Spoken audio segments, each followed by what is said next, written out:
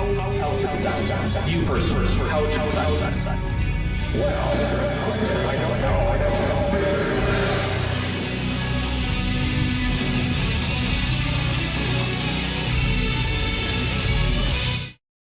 All right, welcome everybody to Kent with Bent number 105, Sweet Home Dinosaur Adventureland. And in honor of the original title, which by the way, that was given to us by Nebulan. Thank you very much, Nebulan. Which of course is a play off of Sweet Home Alabama. So we brought everyone's favorite recovering Alabamian, Vishanti. Hey.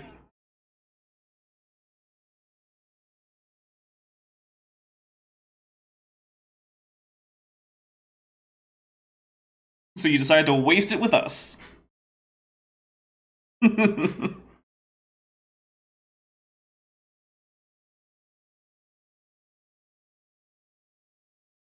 Very nice.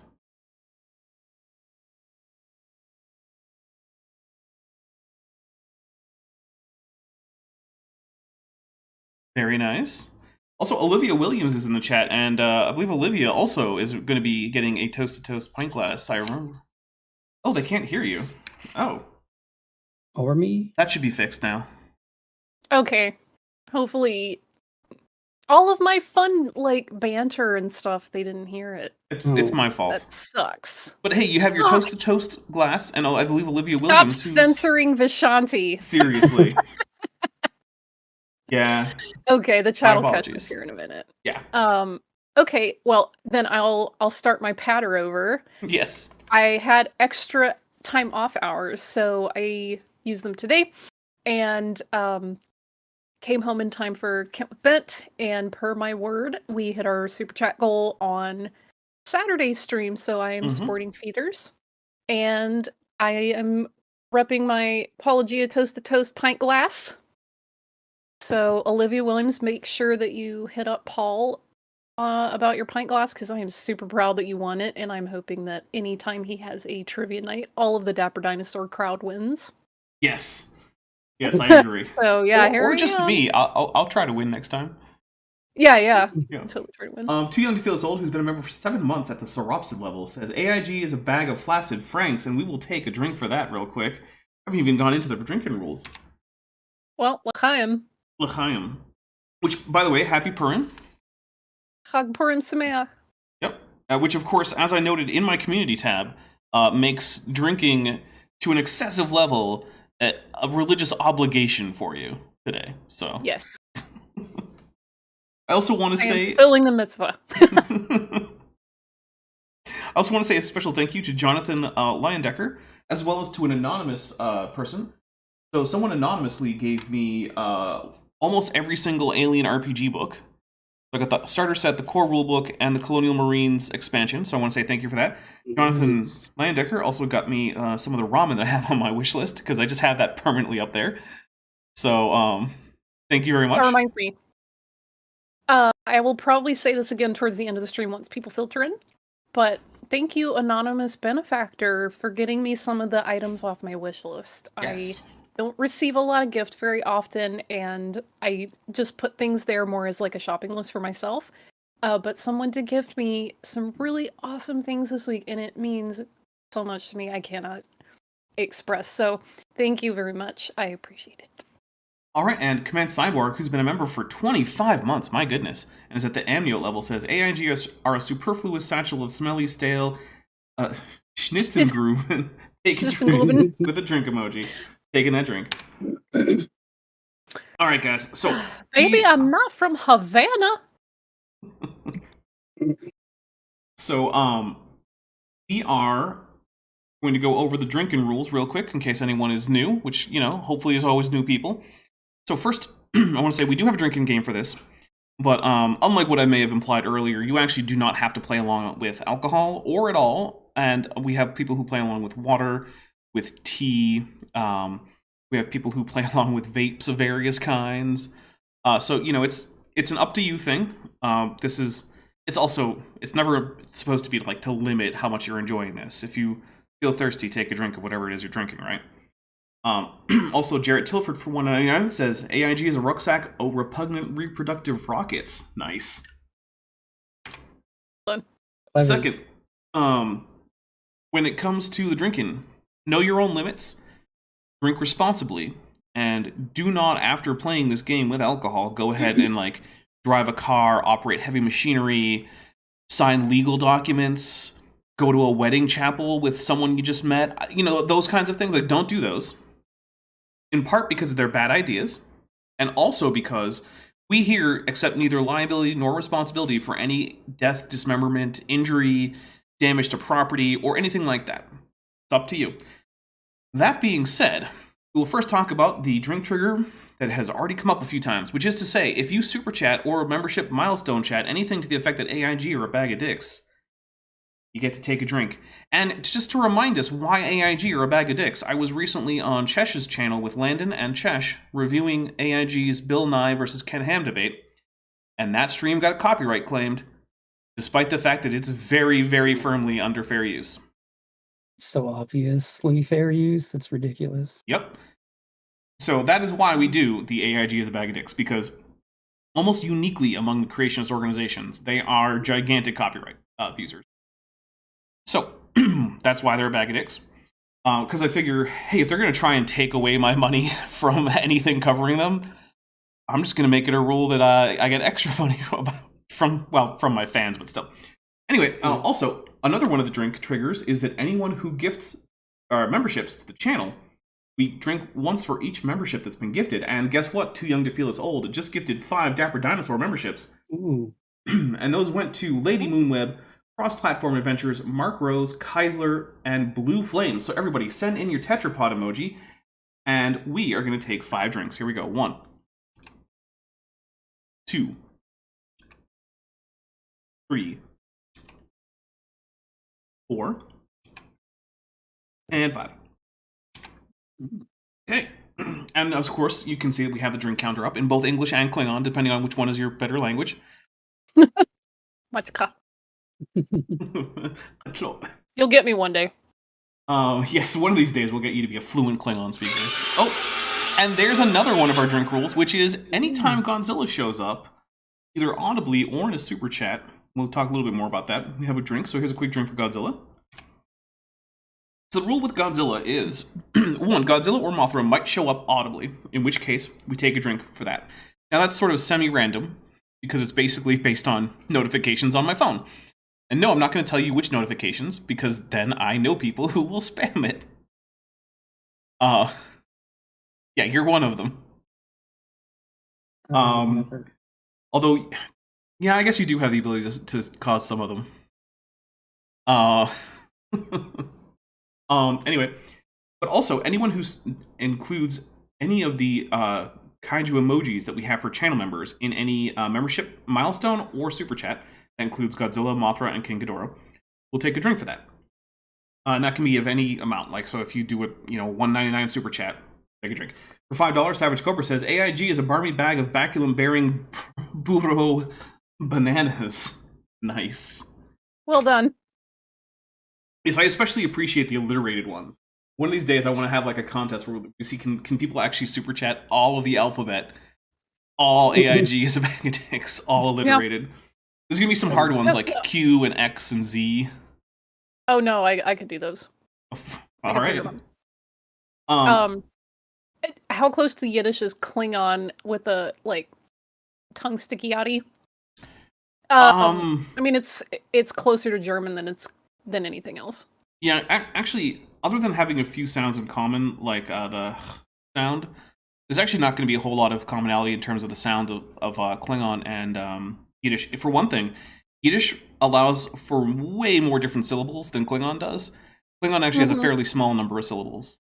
So, whereas Yiddish, kind of like English, and even, I'd say in some cases more so than just standard German, is like, hey, consonant clusters? Those are fine. Let's just have all the consonant clusters.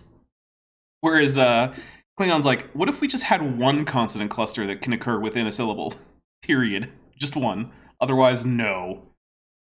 So yeah, there's that. Anyway, so now let's talk about the drink triggers that actually have to do with the video. So one is, if Kent is just too stupid and we had to take a drink to kind of cool our brains off, call for a drink for that.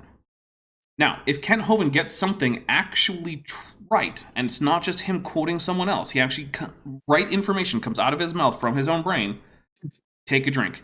Our least frequent drink trigger, but I don't think we've ever gone an entire episode since that was established as a drink trigger without using it. Yeah. Now, in part, that's because eventually I get super generous.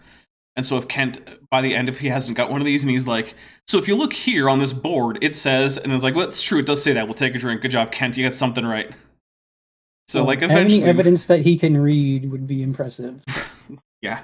We'll also, though, take a drink anytime Kent Hoven tells a joke that doesn't land or tells a story that didn't happen. So, for instance, if he mixes up that argument that he won in the shower with a shampoo bottle with an argument with a evolutionist professor from Berkeley that he had on an airplane, yeah, we take a drink for that.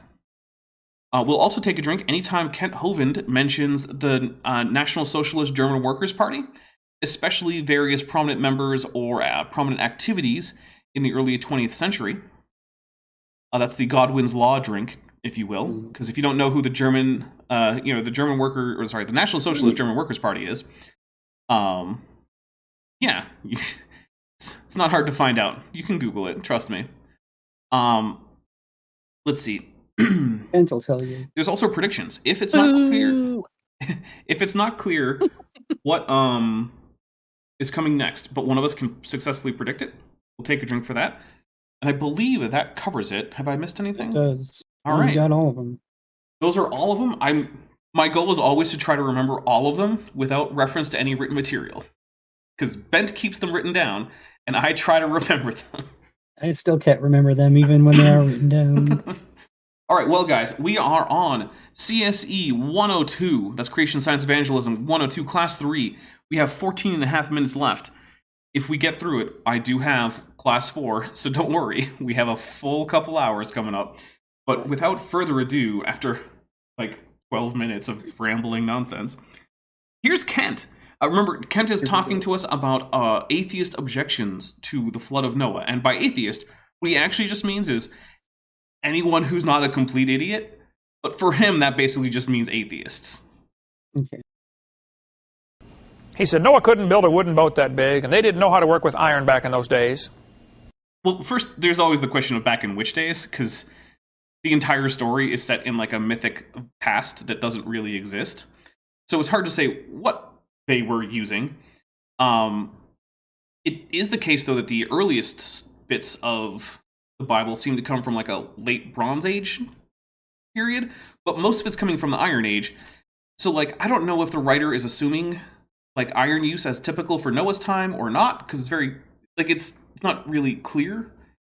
But like, yeah, I would say Noah didn't know how to use iron is kind of a silly objection, because how would you know if the story were true? Maybe Noah did use like it's a stupid objection. Yeah.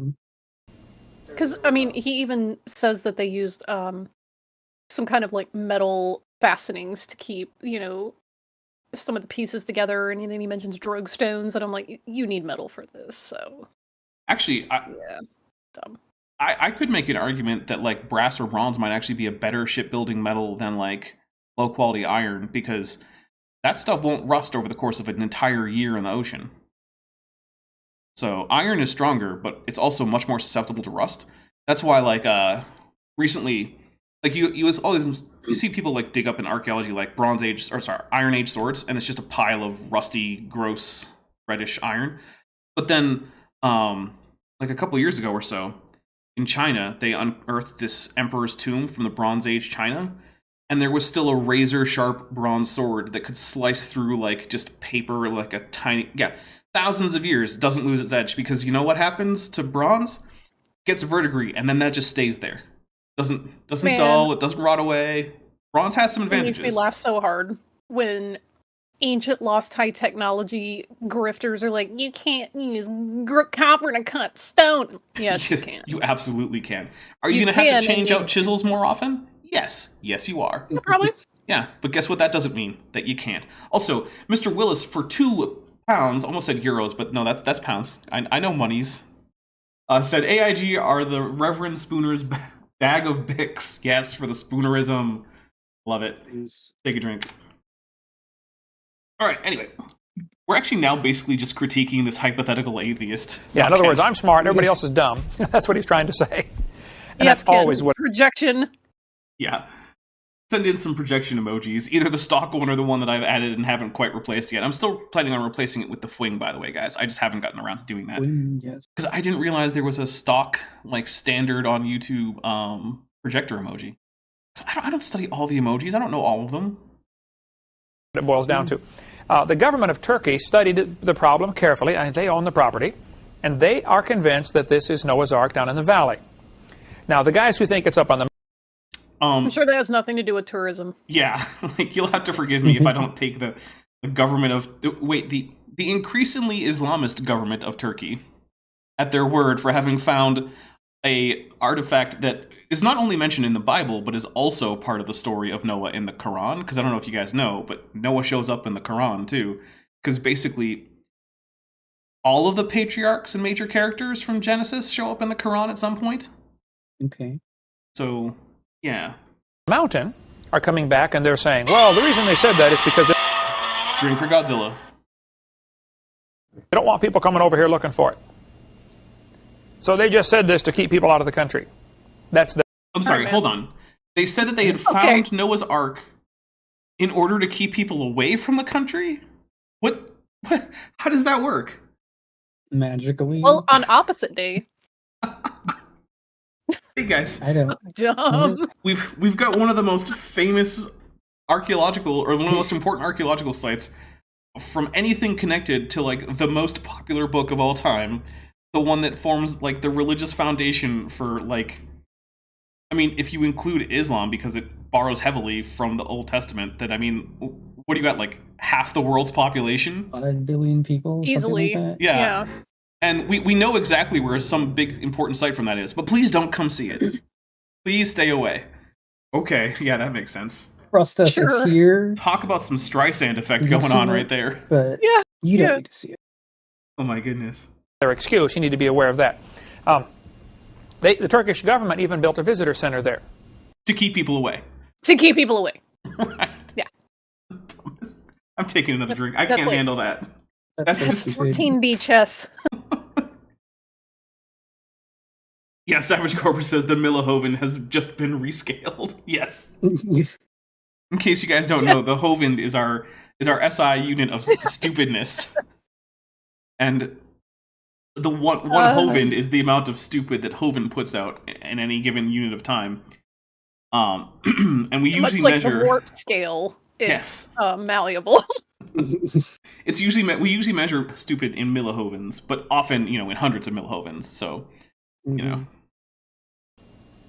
Apparently, it's not a safe place to go now, though, because people are getting killed there because of all the Kurds that got driven out of Iraq are now living up in that region.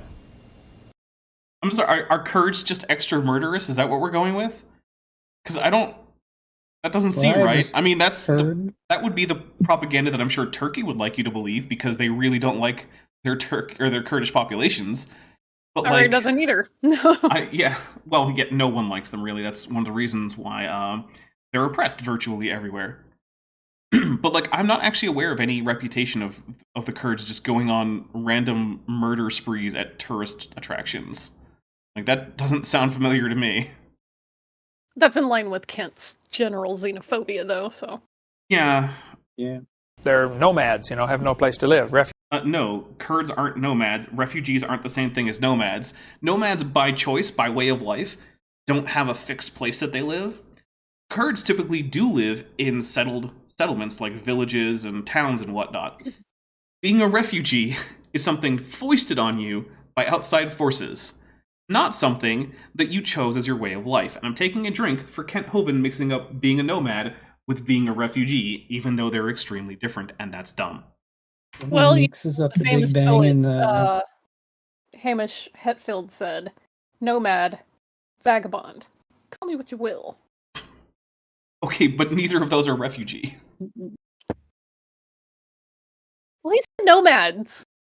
So, Goodness. you know what? You're going to take the Metallica quote and you're going to like it. Fair. I like it. Refugees. Creation Ex Nihilo magazine has published several very nasty articles claiming this is not Noah's Ark down in the valley, and they give all their evidence. When this article came out in the Creation magazine... And of course it's the one discovered by Ron Wyatt. The man who was claimed to find virtually everything you could imagine from, like, the entire Torah and into, like, the Kings and, like, 1st and 2nd Samuel and whatnot. Like, let's see. He's claimed to have found the real Ark, the Ark of the Covenant. He's claimed to have found Pharaoh's buried armies. I mean, help me out. What else has he been claiming to find? Didn't he claim to find, like, the blood of Jesus or something? Or, like, the Oh, yeah, cross? he said that the blood of Jesus had fallen through the crack when the earthquake split the ground, and that Jesus's blood seeped down through the cracks and actually hit the actual physical mercy seat on the Ark of the Covenant. And then he definitely reanimated that blood, you guys, and it's, like, totally different DNA. Of course. Okay. All right. So Fearmonger official says, and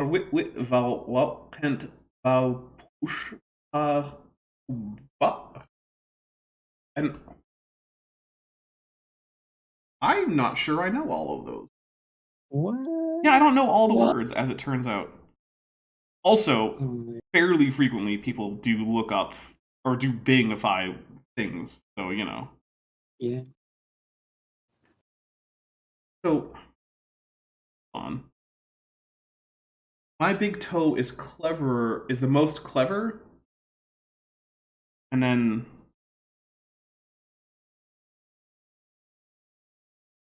But... Not a word on its own. That's with the... Well, you figure that out. It obviously doesn't Ugly think anything. German Truths Oh, Kent was asking... Oh, no, I got it. It's my big toe. It's cleverer than Kent, and it doesn't think at all. There we go. Sorry. Okay. I was, yeah. Also, Ugly German Truth says wasn't even dumber. Like, Golgotha was above this well-known pilgrimage grave. Like, yeah, it's pretty dumb. It's really super dumb. Yeah, everything about Ron Wyatt, just... Crank. Yeah, it's all just basically crank/fraud. No one has ever, like, independently verified a single one of his finds who wasn't already a giant, like, simp for Ron Wyatt. Like Kent? Yeah, I mean, and God bless her, Cindy Lincoln is just insisting that so many people say they saw it, and I'm like, that's cool, but those are claims without evidence. And all the people that said papers 20 years ago that they were going to share evidence, to this day has still not done it, so... Yeah, there's a surprising number of alleged photographs that were supposed to be shared years and years ago from Ron Wyatt's discoveries that just never surfaced for some reason. Weird. Anyway. Probably coincidence. Or it's they. Could be they. First thing I did is, I think, what any Christian should do. They were in this magazine blasting Ron Wyatt, saying it's not Noah's Ark. I called Ron Wyatt. I said, Ron, let me read this article to you. I read the whole article. He was able to answer every objection. One of the things they show in this magazine, and I recommend... By that, I'm assuming that Kent means he had a comeback for everything. But so what? Something that was good enough for Kent, which means nothing because Kent believed everything he said anyway. Kent wants to believe Ron Wyatt, therefore Kent will believe Ron Wyatt. Because all it takes for Kent to believe something is for him to want it to be true. That's it. Yep. That's it. And of course, you know, this was a phone call that we can't verify. He didn't record it. Right. He didn't take notes. Also, according to Liz D., Ron Wyatt recently found the actual Legend of Zelda Master Sword with Ganon's blood still on it. Yeah, I mean... I believe it. That's at least as plausible as all of his other discoveries. Creation magazine, you know that. I mean, we love it. It's a great magazine. I encourage you to get it. But they have blasted this other site of Noah's Ark several times in their magazine because they've spent a lot of money looking for it on Mount Ararat. So it definitely couldn't be that they actually have good reasons to object to Ron Wyatt's work. Because here's the thing, right? When creationists disagree, usually the organization who's critiquing the other creationist actually has really good points about why they're wrong. It's just that the counterpoints about why the other side is wrong are also usually really good points. You know why? Because they're both wrong. What? I know. How is that possible? It turns out there's a lot of ways to be wrong. There are a lot of ways to be wrong. The thing about this whole conversation is he's mad that somebody was trying to, like, dunk on his friend. Mm-hmm. He's like, I called him and I was like, man, they're talking about you. I can't believe they're spreading all these nasty rumors. Talk me down, man. What's funny, though, is that he goes, oh, yeah, the creation ex nihilo, there's, they critiqued it, and here's their evidence. Anyway, they talked a bunch of smack. He didn't even go through the evidence, because, of course, why would he do that? Yeah. And remember, this is Kent Hoven's in-depth course where he's going to take you through everything about his creationism in all the details. We're going to dig right into it, right? And then it's like, Ron Wyatt says it. Oh.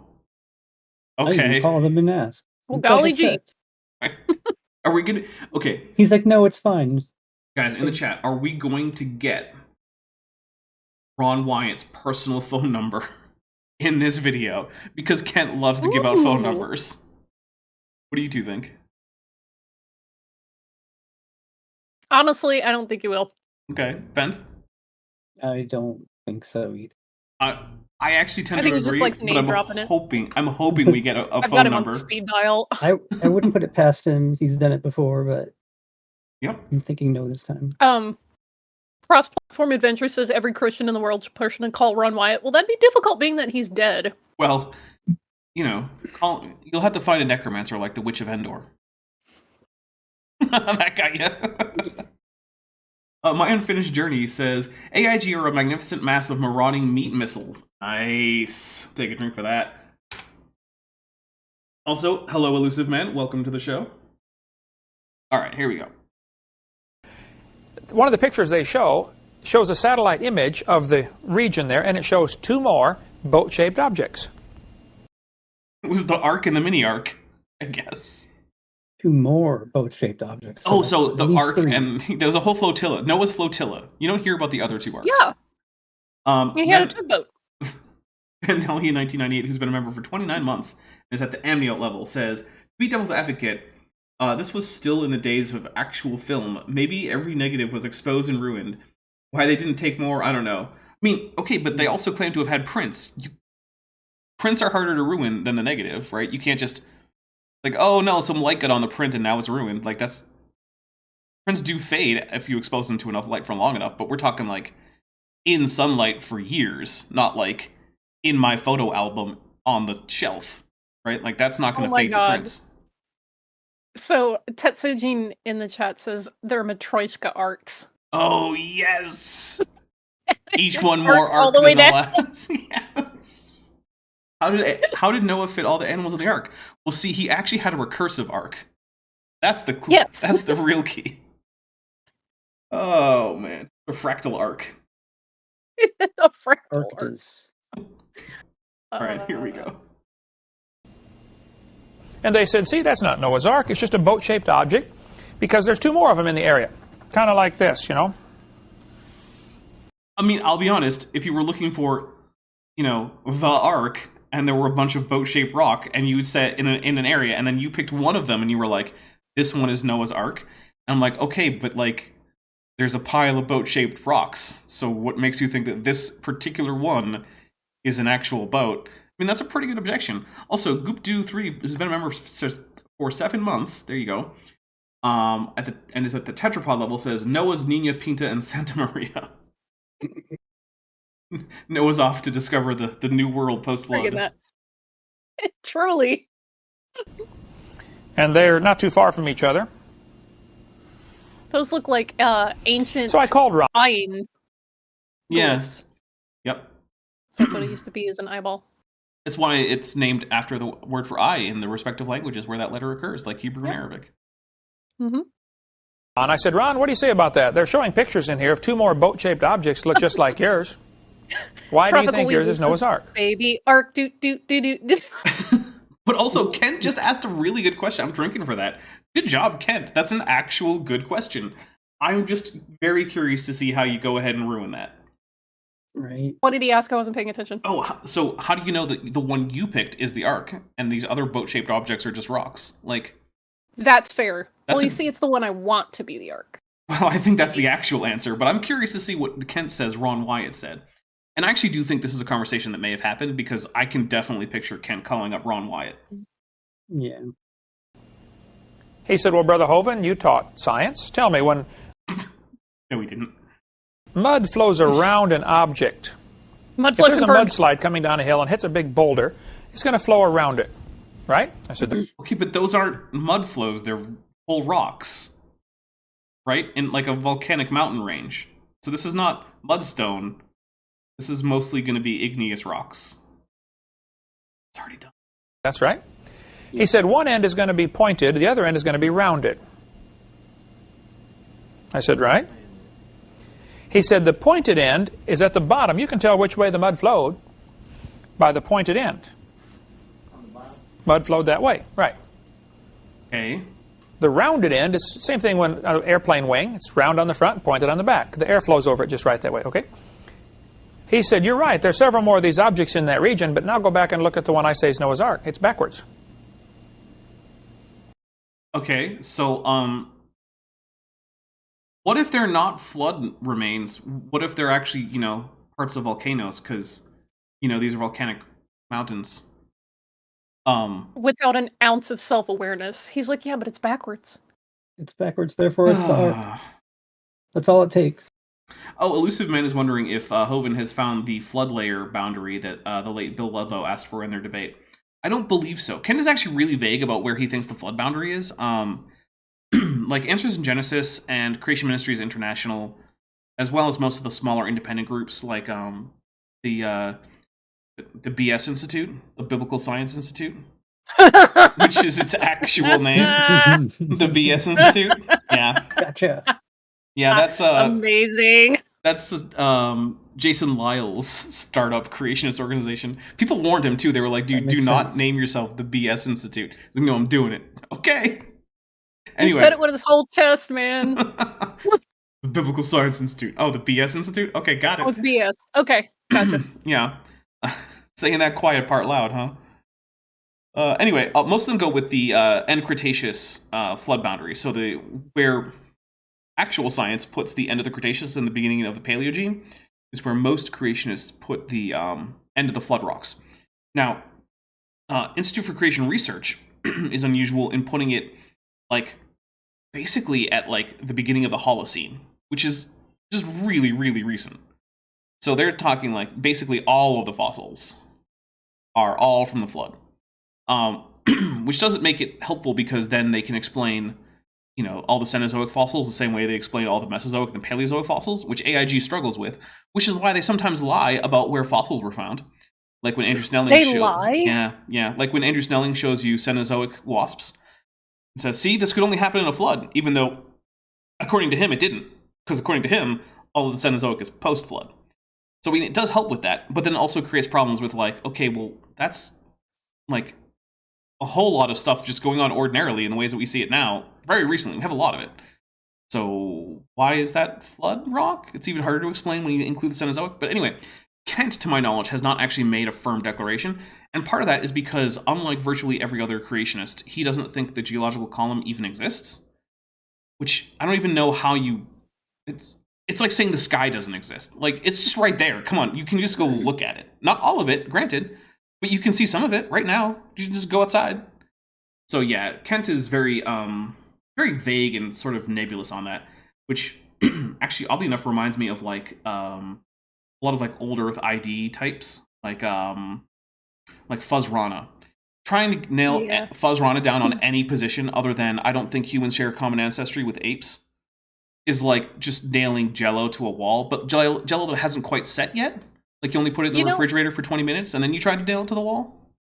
I do want to drop a relevant quote from Justified, which is a great show, by the way. I like that word nebulous. Means hard to define. And it comes from the Latin word for cloud, nebula. Mm-hmm. Also, for $4.99, Vandalia in 1998 said that must have been some good wood to survive sitting on a volcano for all this time, especially if they were forming during the flood. Yeah, you would think the volcano would still be a pretty inhospitable place if it formed during the flood, which is the standard flood model for most creationists. Savage Cobra says it's like saying the firmament doesn't exist. Oh, the firmament. I love that every single thing about the firmament, both like other cultures in the area that were using similar words, the etymology of the word itself, the way it's described all over the Bible, like everything says this is a solid dome over a flat earth. And Ken's like, nah, it's just the sky. Okay, buddy. The rounded end is downhill. That's a good answer. I think you at least ought to... Even if that were true, there's this thing called uplift. Now, I don't know if you know, but volcanic ranges can change which parts are uphill versus downhill as a result of being uplifted in certain areas over other areas. Well, no, you see, Dapper, because that's secular atheist science, which is giant theology, and that takes millions of years, and we know that's not true because Bible, and, that would just take way too long for them to uplift that. That's why, the flood made the Grand Canyon and not, uplift. And then TD Lane says, it's like trying to find a Dark Eldar you don't want to violently throttle. I mean, a lot of them are into that, though. Sam. Thanks for the 40K reference. To give the guy a chance to defend himself. So that's what I did. And I was satisfied with all of his answers, and Of course you were. You wanted them to be true. I'm just taking a drink for I was satisfied with all of Ron Wyatt's answers. The bar's in hell. My goodness. Yeah, seriously. Ugh, that's so dumb. recommend, if you're going to get into the study of Noah's Ark, and I don't know which site it is. Maybe it's neither, all right? Yeah, maybe. But I recommend you read all the books from both sides and really decide. I've decided I don't know, but I'm fairly convinced that it's probably down in the valley. I'm still willing to listen, and if that makes some other creation ministries blackball me because I make that statement, well, then grow up, okay? Yeah, I think if you're going to research it... You're so persecuted, everyone hates you. Go cry about it. I mean, at this point, he might actually have a point, because at this point, he's basically a pariah from basically all of the other young Earth creationists. Like, none of them, other than... so. Yeah, other than some of the lowest tier creationists, like Carl Baugh or like Matt Powell, none of them want to have a single thing to do with him. In fact, I don't even think Ray Comfort wants to touch Kent with a 10-foot pole at this point. I'm pretty sure Kent, on one of his... Back when his channel was still in existence, said in some of his stuff that, like, Ray Comfort no longer, like, called to check in on him or see how he was doing or anything. It was like, oh, you lost your friend Ray. Even Ray Comfort doesn't want anything to do with you. Oh, poor Kent. Amazing. I know. Oh, man. So we got a couple things to read off. Wild in my face. My unfinished journey, been a member for 1 month, and is at the amniote level, says, part of the sky is obstructed by the Earth. I can't see all of the sky, therefore the sky doesn't exist. Yes, that is exactly the logic that Kent uses for the geological column. Also, Erahamian has gifted 5 Dapper Dinosaur memberships. They went to the Fearmonger Official, Trudy Stubbs. You're going to say this next. There you go. You're better at Portuguese than I am. Let's see. Lady Lumo, not Bio Alley, and Robert Carpenter. Fearmonger Official actually get a membership. It was Bio Alley and Robert Carpenter. Oh, my bad on Robert that. Carpenter, Maya Atkinson, sorry. Yeah, Maya Atkinson. I promise I haven't drank all the cider yet. Well, okay. Tell me whether you should say boo or yay. Blessed be Mordecai. Yay! Not drunk enough. I actually had to stop and think about it for a second. This is not going to bode well. Don't laugh at me, Mini Karen. Mark Smith for $5 says, isn't the sky just an illusion due to refraction? I could be wrong, ask the cause.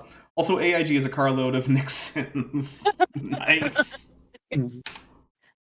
I'm definitely and drinking there was a that Godzilla. one. Yeah. So it depends on what you mean by the sky, right? If by the sky you just mean like the atmosphere, then I mean no, it's right there. You mean the Atmo Dome? Or the Atmo Plane. Can't forget about the Atmo Plane. Yeah. Yeah, it depends on exactly how you define it, but like the blue thing in the sky during the day, it's not like a physical object you could hold, but like it's clearly there's this diffuse blue light that's coming from an atmosphere above your head. So like phenomenologically it's a real thing. Like just like the sunrise is a real thing. It's not an object you could hold, but that doesn't make it something you can't talk about or that doesn't exist. And if someone said, no, I don't believe in sunrises, and their reason was, because it's actually Earth turning, I would say that's dumb. There's clearly a sunrise.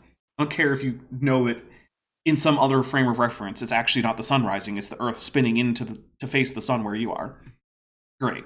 I spend most of my time in a frame of reference where the Earth is usually counted as stationary, because it's easier for me to do all of my daily activities and even math if I just assume the Earth is stationary. I know it doesn't always work, right? Like if I were doing like artillery range finding or flight planning, I would have to take into account things like the spin of the Earth. I don't do those things, though, so I don't worry about it. Why not? Because I don't do those things. I just said. No, It's why not like don't you do these my friend things? who's like a commercial airline pilot. So Well, he probably takes those things into account. he has instruments that do it for him. Ah, well, good. I don't do those things because I don't know how to fly a plane or shoot artillery. Okay. I've never even tried to do either of them. At least not in real life. Video games don't count. All right, we got a couple more things to read. Olivia Williams says, for 5 beaver bucks, and we should not forget that Kent believed that there was an ice dome. Oh, yeah, he did believe that. Yeah. It is. And The Hoven theory. yeah, that came with a Ghidorah, so we're going to take a drink. Yeah, that was especially dumb. Let's see. Pantali 1998 for $9.99 says, if they move the flood from 4,000 years ago to 700 million years ago, they would have an Earth covered with water, well, frozen, an animal small enough to fit on the Ark, with Precambrian animal as Noah's. I don't know. Yeah, you know what? Maybe they should do that. Just move Noah's Ark to, like, the cryogenian. That reminds me. Yes? We determined the other day that whales would be on the Ark, or cetaceans in general, because animals that go on the Ark have the breath of life in their nostrils, and their blowhole is technically their nostril. So, It's true. Where do you put the whales? Where did George and Gracie go? George and Grace. That is a good reference there. You're welcome. Yeah, I don't know. Maybe they had a transparent aluminum. Make it my mouse. Computer. Computer. Try the keyboard. Oh, keyboard, how quaint. Which also, by the way, the fact that he was able to use it fluently means that Scotty knows how to type using a QWERTY keyboard. So that's a technology that apparently still exists somewhere in the 23rd century. I don't know what it's being used for. He's like one of those guys that collects old I like thought so. I console don't remember. stuff. Yeah, but even if he did hunt and peck, he definitely typed faster than you reasonably could if you weren't familiar with the layout. That's true. Mm-hmm. Anyway, Darklaw Dragon for $5 says AIG is a bag of holding with portable holes, and also sends all 3 of the Godzilla, King Ghidorah, and Mothra emojis. Thank you very much. Nice. Take a drink. All right, here we go. Let's get some more Kent in. Remember that time I was like, well, if we don't finish, we're already almost halfway through with the show, and we've gone through Remember 3 that time minutes. that I expressed Yes, doubt okay. that we would need to go to another video? Yeah, I Remember that time? Yeah, I remember that too. How to study all the possibilities, all right? What they're doing, I think, they're doing the very same thing that the evolutionists do. We want the kids to see our view and don't let creation in the schools. Because that's And not we got science. a bunch of creationists that are Yeah. convinced it's on Mount Ararat. They don't want anybody to see any other evidence for the other side. And I think that's just childish, my personal opinion. Okay, Genesis. So You real want to quick, know one? the Fearmonger Throw official the papers. said, it's just come to my attention that Donnie is currently hosting a debate involving Kent Hoven. Is Kent using Donnie as his last outlet, getting around his YouTube ban? No, Yes. actually, well, not quite, because Kent actually already is running a YouTube channel called Doc Dino. I know it's been reported a few times, and it's also been brought to Team YouTube's attention on Twitter. This is a ban evasion. Currently, I'm not seeing any motion on that. It might be that they just don't care until he violates TOS on that channel in particular, even though ban evasion is technically a violation of TOS. It's one of those, like, I don't think the company super cares. It's sort of like how if you get banned off of Twitter, you're not technically allowed to make another Twitter account, but everyone does anyway, and Twitter never cares. Also, as I brought to the attention of at Team YouTube several times, they don't actually have a mechanism for reporting evasion ban, despite it being a violation of the terms of service. And then they just tell me, we'll use the report function. And I'm like, no, I'm telling you right now, your report function is insufficient for this specific reason. And then they just repeat, use the report function. Then I called them a bot, and they said, this is not a bot. And I said, that is exactly what I would expect to hear from a bot. Yeah. And then they just stopped replying. Yeah. Because, You Yeah. got feelings. So here's my recommendation. because there is no way to obviously report a channel or a video or ban evasion, if you're interested in keeping Kent off of YouTube, go to his Doc Dino channel and actually watch his videos, and when in a video he violates the terms of service and aren't just ban evasion, report it for that reason. Now, the downside to that is it means you actually have to sit and watch Kent Hoven videos, or at least read through his transcripts. I get it if you don't want to. Also, but you're here watching a Kent Hoven video with us, so yeah, but it has filtering. You might want to. It's filtered through us. Now another thing is, Kent amusingly has found out that you can buy subscribers on YouTube, and thinks that this is actually a function that YouTube is providing that will allow him to recover his previous subscribers if he pays them enough money. Not realizing that what's actually happening is that some company in like Vietnam or Indonesia or something, right? Someplace that does not care about US legal structures, is just creating thousands of email accounts that then just have auto-generated YouTube accounts made with them with some kind of bot that will then subscribe to whomever you pay them to. There's no human attached. You're not getting specific subscribers, you're getting nonsense bot subscribers. The fact that he thinks that they're going to restore those to him because they're his subscribers. Right? For a few $1,000s. He thinks that YouTube will give him back his old subscribers for a few $1,000s. Sure, buddy. 4,000. Let's see how that works out for you. You know, I actually kind of hope that he does pay for the fake subs. Because here's the thing with fake subs, right? They don't get you much. The number of your subscribers goes up, but they're all dead subscribers. No one's actually watching. And you know what the algorithm doesn't like? Is really low engagement rates. Yeah. So it's actually a detriment to you to buy subs. It's a really bad idea, in addition to the fact that it's a violation of the terms of service. So part of me actually hopes he does spend several $1,000s to get like 200,000 useless subscribers back. Money go down the hole. I know. So you know what, Kent? Buy those subs back. Go for it. Not that he was getting a huge engagement rate anyway. If you looked at his videos, only the ones where he was really talking about like the whack and atheist stuff was getting any views at all. His Bible study stuff was just getting nothing. His straight up quote unquote science stuff was getting like nothing. And it's pretty clear that most of his views were hate watchers. And yeah. Anyway, technically though, it's not even a violation of terms of service to appear on someone else's channel, as far as I know, if you were banned from having a YouTube channel. I don't think the terms of service actually ban you from appearing on another person's channel. As far as I know, that's not in there. And I've read them, so like, I don't know. Anyway, enough about what Kent is doing right now with Donnie, because current year Kent is way more boring than like late 90s, early 2000s Kent. Chapter 6. The Bible says the ark is 300 cubits long. Okay. Now, Moses did not write Genesis. Moses was the editor of Genesis. Oh, he's going with the people in the stories wrote the parts of the stories about them. Where like Noah wrote the part about the flood, Adam wrote the part about creation and the fall, and like in the third person. Well, I mean, to be fair, it's not like Moses wrote Exodus in the first person, according to Kent. Okay, that's fair. Yeah. But he thinks the documentary hypothesis is crap, right? Yes. Well, he has a different documentary hypothesis where Genesis is actually a collection of the writings of Adam and Noah and Abraham and Joseph and whatnot. And then at Exodus, Moses takes over and writes about himself that Moses was the most humble man on earth. I know that there's no rationale behind this and that asking reasoned questions is not going to get us very far, but I have to do it anyway. What did Adam and Noah and the patriarchs use to write upon? And how was that preserved? Because there's easily, 1,000 years-ish, give or take, from creation up until about post-flood, and then after that, all the way to Moses, So I don't know what Kent would say. We have a couple, or actually 3 now, things to read real quick, and then I'm going to go into what AIG says, because they do have an answer for some of that. I don't think it's a good answer, but it's an answer.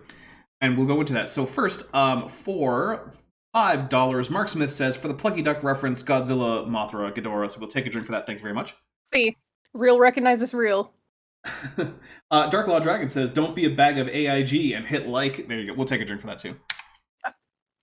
And yes, do hit like, because less than half of you have, which means, of course, I like less than half of you half as well as you deserve. Ooh. Don't think about it too hard.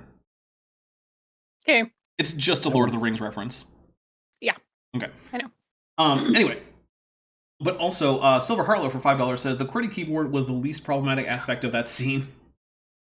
Look, Star Trek 4 is all over the place, and I love it. It's great. So preservation and whatnot. So on the Ark Encounter, which, is an official statement from AIG. Of course. Now, on the Ark Encounter. That's to be all you gotta fair, say. AIG does say that they are not presenting everything at the Ark Encounter as if they think it's an absolute fact that they derive from the Bible. They acknowledge in multiple places that they are going with what they see as a plausible option for parts that the Bible doesn't explicitly indicate. Now, one of that... That's just headcanon. Well, yeah, basically. But, I mean, look, if you're saying, how could this happen? Then you're asking for someone to speculate and give what they think is a plausible reason. How did this happen?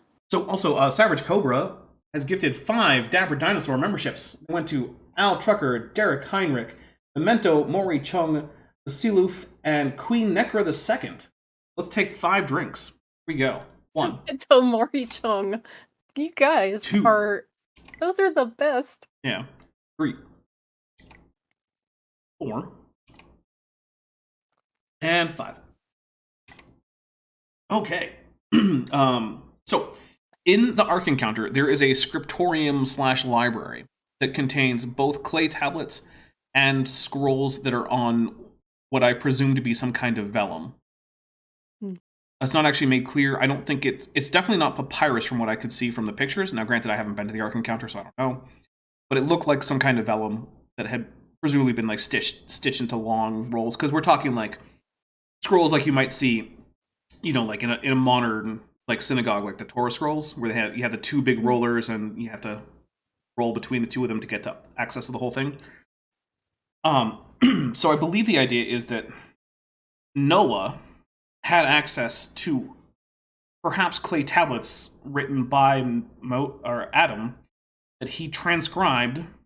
Now, for some reason, if I remember correctly, the Noah's Ark, like the Ark Encounter, is displaying Noah using like block letter Hebrew text, which is extremely anachronistic because the Hebrew alphabet wasn't invented until after the post-Babylonian exile. And in fact, even at the time where you get to like 1st and 2nd Kings, which is one of the first places where we actually are starting to get some archaeological corroboration for anything in the Bible, the Hebrew alphabet being used then is still not the block Hebrew script that is basically like an early medieval period invention. It's in most places indistinguishable from like Phoenician. Yeah. So like that's very anachronistic, but whatever. The idea is supposed to be that Noah had a scriptorium and he writes down, I guess, Adam's part of Genesis. He's writing down his own part, partially on the ark, I guess partially afterwards, maybe between his sips of wine. He's ended up naked in his tent. And then how it gets to Abraham, I don't know. But presumably these scrolls were being passed down and recopied by parent to offspring, I guess. Johnny Rapine for $2 says, "Dapper, are you going to donate your body to Ark?" No. That is, if I ever die, do not let my body become owned by any creationists. If you die. Yeah, well, I mean, I'm going. You're not telling us. I'm just saying, I could get hit by an asteroid directly this time. Oh. Instead of just barely avoiding the last one. Shout out again to Johnny Rapine for saying that Adam and Eve used Kipu to record their part of Genesis. Ooh.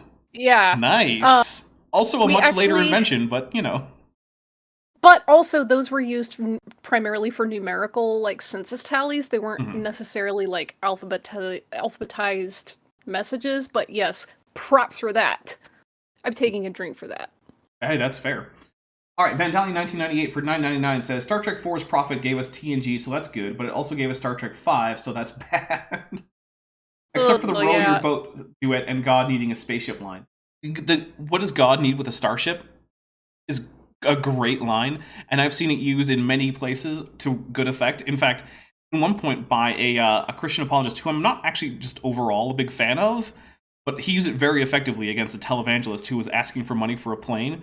And so this apologist, it was David Woods, just puts out a little like quick YouTube short. It was before shorts were a real thing, but it was very short, where he plays a clip of the televangelist asking for money for a plane, and then Kirk just saying, "What does God need with?" and like listed over like with a private jet. I was like, "Yes, good question." Well done. So yeah, look. Ugly German Truths says that Dapper's body should go to KFC for the advancement of chicken research. Okay. What about just the Smithsonian? KFC. I mean, Those biscuits, though. They would. I just want a biscuit with honey butter. For those biscuits. I want a biscuit with honey butter right now. Yeah. Eat one. I don't have any. Son of. Yeah, maybe. I got biscuits. They're downstairs. I can make them. Yeah. I'm actually surprised that you're dating. I'm a Southerner. There's no way you're going to catch me not having biscuits at my house. I'm actually kind of surprised that you were able to drag yourself away from making biscuits to just come here. Because honestly, no, the only thing I was making was like Z's in bed. Because good night, I am tired today. Stupid allergies, stupid pollen. Yeah, allergies have been really bad the last couple days. Anyway, also you had a late night of drinking last night.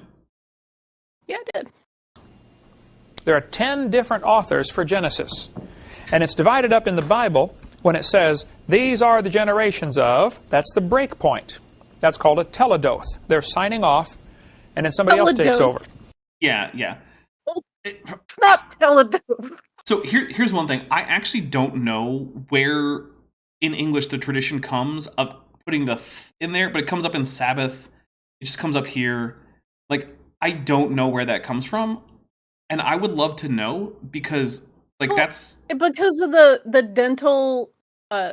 You know how when you say tease, but you say it's like someone who's natively like French, and it comes out with that softer, like almost like a thorn. That's an artifact of that, which I wasn't gonna critique the Toledoth part. It's his vowels, which are god awful. Well, like it's Toledoth. Yeah. Look, we all know exactly how much Hebrew Kent reads. And it's even less than his 0. English, which is already low. So, yeah. Imagine being illiterate in more than one language. I mean, I am illiterate in most languages. Yeah, but you're also not, like, purporting to be an authority on those. True. Minnie Karen for 15 shekels says, gotta go, here's some pocket change, an AIG or a bag of 7th letter in the Hebrew. Take a drink. Well done. Johnny Repine for $2 says, Smithsonian can have your bones, but KFC gets meats. Well, then how are they gonna... Arby's has the meats. Oh. We are not sponsored by KFC or Arby's, by the way. However, if we're one open of them, to that. Yeah, if you wanted to KFC and or Arby's, I mean, let me know, because we can eat talk. your food on stream if you sponsor us. Yeah, see, there you go. Sometimes you just need a Jamocha shake. I'm just saying. Here we go. We're gonna be taking a break right after we and talk Layla about whatever this next one to is. Minnie Karen. And I've put together stuff, Eric, for seminar part 7 in the question answer. Where are the 10 sections of Genesis? Some people say 11. Apparently, God wrote chapter 1. Oh, of course. Okay. Of course. Okay. Not even Adam, just God. Okay. Sure, why not? I'm just taking... I don't even know. Well, it does say that these are the generations of heaven and earth. Like... I mean, I guess. So, I get it, but I'm just like, yeah, that's dumb. I'm taking a drink for that one, and then we're going to take a quick break, and we'll be right back. Also, NB, clarify what you want me to explain. Because that's probably like 7 trains of thought ago. Yeah, unfortunately, the delay makes that a little bit tough. All right, guys, so we're going to take a quick intermission. Everyone can take a break, do any kind of biology stuff they need to get done, catch fresh drinks, and then we will reconvene, and we'll dive right back into this for the second half of the show. And so, in the meantime, please enjoy the musical stylings of Hoven / the commercial I'm going to insert, because... this helps pay the bills. And Olivia Williams for super chatting Momthra. Olivia Williams says, I must catch my bus with a mantra. So we will take a drink for the mantra. Okay, fine, I'll read the $10 super chat from Silver Harlow, too. Who says, Dapper was correct. Say, if I die. Always if you die. Old age is not an actual cause of death. It's just the likelihood of dying, of something breaking down increases over time. Well, look, man, I've been going for 150 million years, and I feel like I haven't aged too much in that time, so who knows? And also, DM Wing Unofficial for $2 says, mares eat oats and toadoats, and little lambs mares eat eat oats ivy. and dozy dotes, and little lambs eat ivy. But he said yeah. toadoats because he's making fun of ants. Yeah. Okay, anyway, we'll be right back, everybody.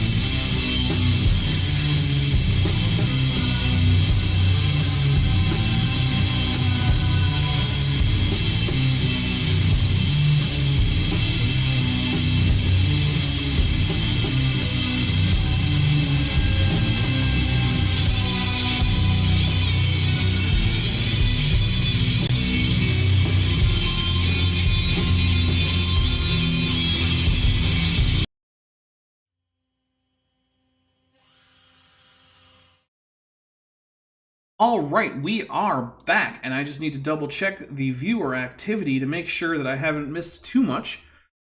So for $2, My Unfinished Journey says, can you explain the Richard joke about Zaim? And we will be doing that right after one quick thing, which is to say, hey guys, this channel is currently self-supporting, but largely on the basis of YouTube. And YouTube is fickle and likes to just kind of cancel people on a whim.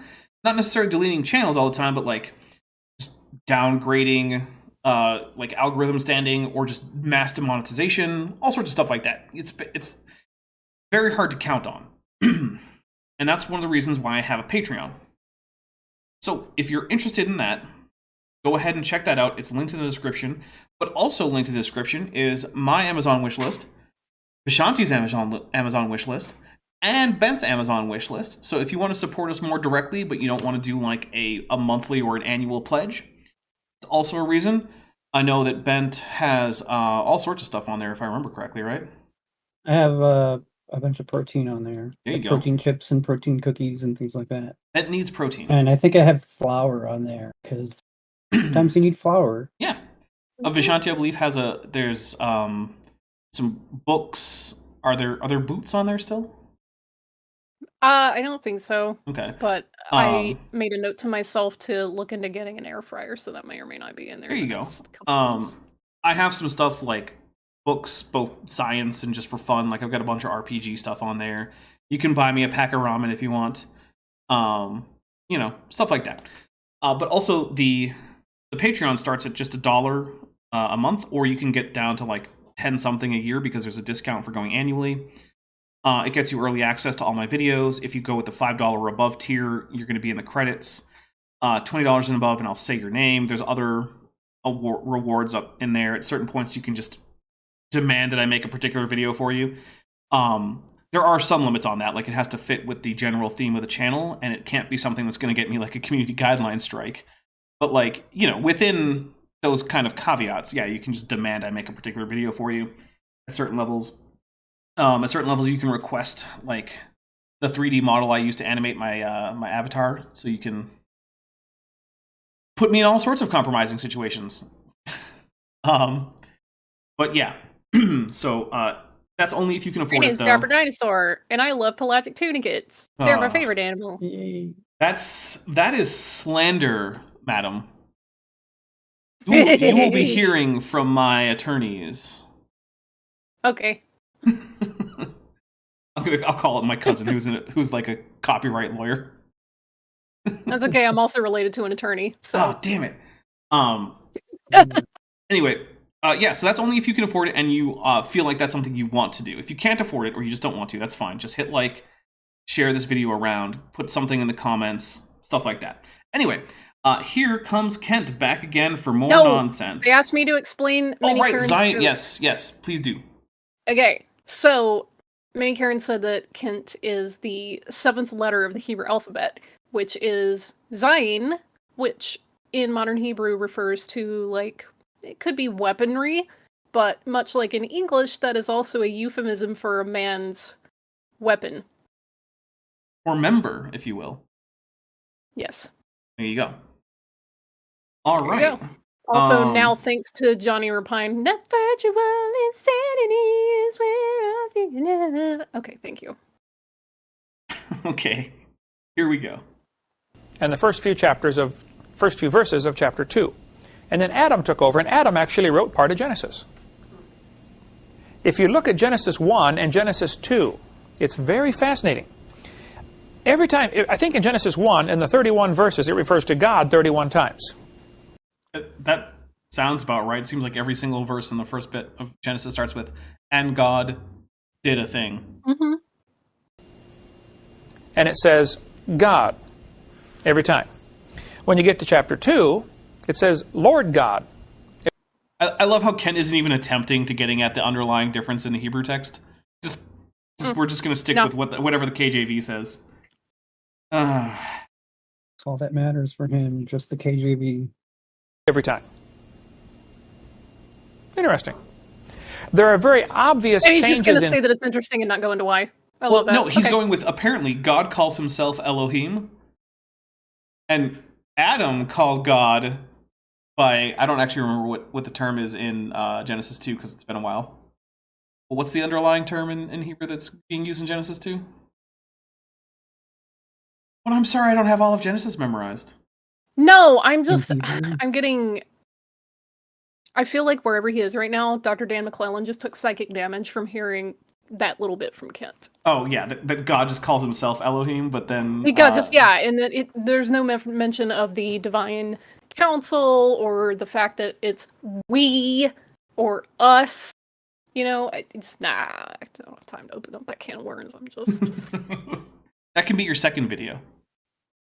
Yeah. After your first video is finished. Your channel is linked in the description. People can go subscribe. I know, and you have every right to dunk on me for taking like a year to get it going, but Okay. Style 10 different times in Genesis. Terry Pruitt, I've debated him 3 times now. He's a Genesis scholar, and he says there are 4 different authors to Genesis, and they were all just doing it for political purposes. I mean, that actually is a much more accurate thing. That's a much more accurate reason. So the thing is, and look, this is something I've talked about a little bit on the channel before. There's every indication that all of the books of the Torah are, one, collections that have been edited together by some scribe or groups of scribes, probably in the mid-exilic period, right? We're talking about like the Babylonian exile. Some scribes are sitting down to gather all of these texts and put them together. And the reason they're doing so seems to be to establish a stronger national identity for their people. And actually, I think we talked about this fairly recently, you and I, Vishanti. Like that, it did a really good job of making that national identity stick.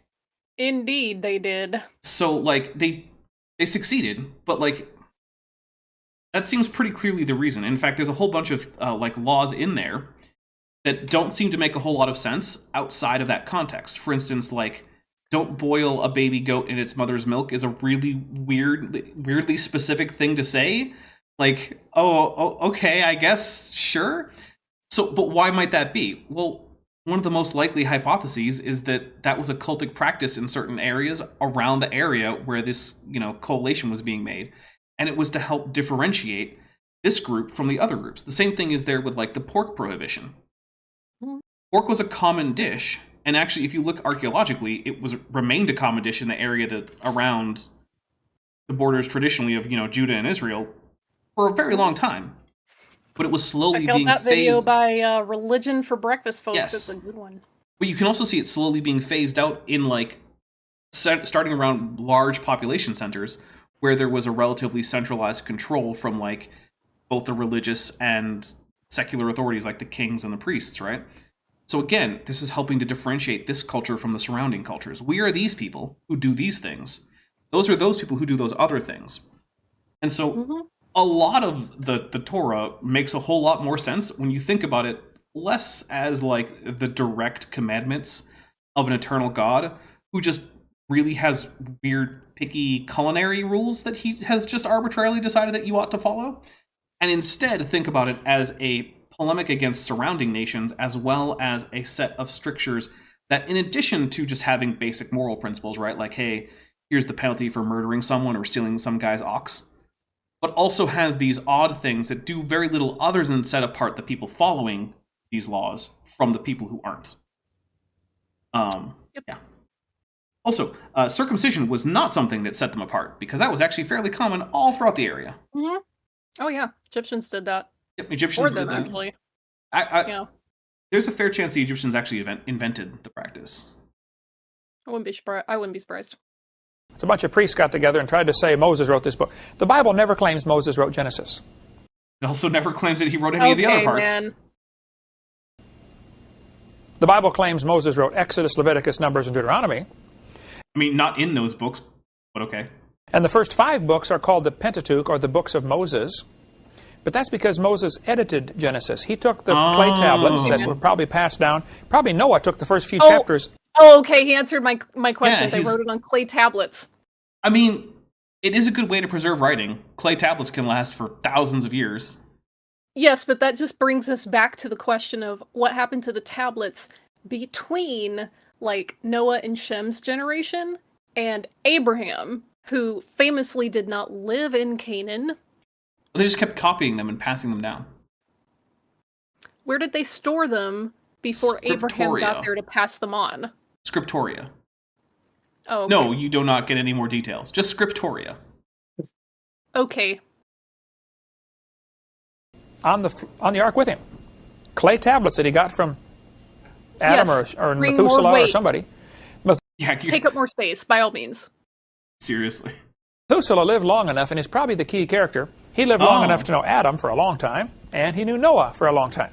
Okay, so Methuselah got them from Adam and just handed them straight to Noah. See, problem solved, Vishanti. I don't know why this is complicated for you. And you're far too incredulous about this whole thing. Noah's like, why are you giving them to me? You'll find out. Too Young to Feel This Old asks, what from my Amazon wishlist would I most like to receive? Well, I'll tell you. So there's a few things. One is, I mean, all of it is something that I would quite like. I will say that there is probably a Dapper Dino face reveal coming up here, because I have multiple times said that around 10,000 subscribers, I'll probably do some kind of face reveal. However, if I don't know why that you're doing a face reveal. We see your face already. It's literally a dinosaur face. That's what I'm saying. If it happens to just be that I'm a dinosaur, you don't get to complain. I'm not complaining. Okay. But that comes with the caveat, though, that there is in fact a cosplay helmet on my list. If that were purchased for me, I can guarantee that I would stream with it on. I will make that promise. I mean, granted, it's almost $160, but you know. But other than that, like, really any of the books would be greatly appreciated. I have books ranging all the way from like $15 into like more than $60 range. Most of them are RPG books. So yeah, and any of that would be great. But also, there's it's so funny because you're like, you know what? I have RPG books, and I'm like, yeah, my books are like, here's how to learn Nahuatl. Well, I'm not saying that book is on my wish list, but I'm also not saying that it isn't. So, yeah, basically, whatever's within a price range that you're willing to go for. I'm not gonna like, oh, it's most important that I have this one. All of them are any or all of them would be great. So yeah. Anyway, now that question is out of the way, I will hit play on Kent. He would have been a perfect overlapping person to know both, and say, here's the tablets I got.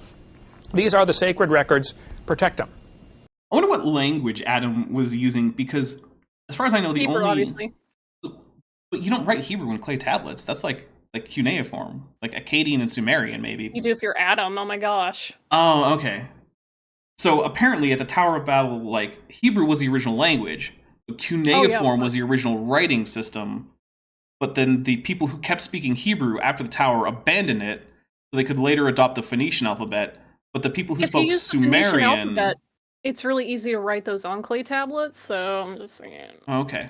I'm just trying to get, like, the history of it. But, like, so the Sumerian speakers who came out of the Tower of Babel, they were the ones who kept the original alphabet, but everyone else forgot the original alphabet. Or writing system. I mean, cuneiform isn't it's a logos library. I'm just saying that they used, like, the Phoenician alphabet to write Hebrew, kind of like the way that you use Hebrew letters to write Ladino and Yiddish.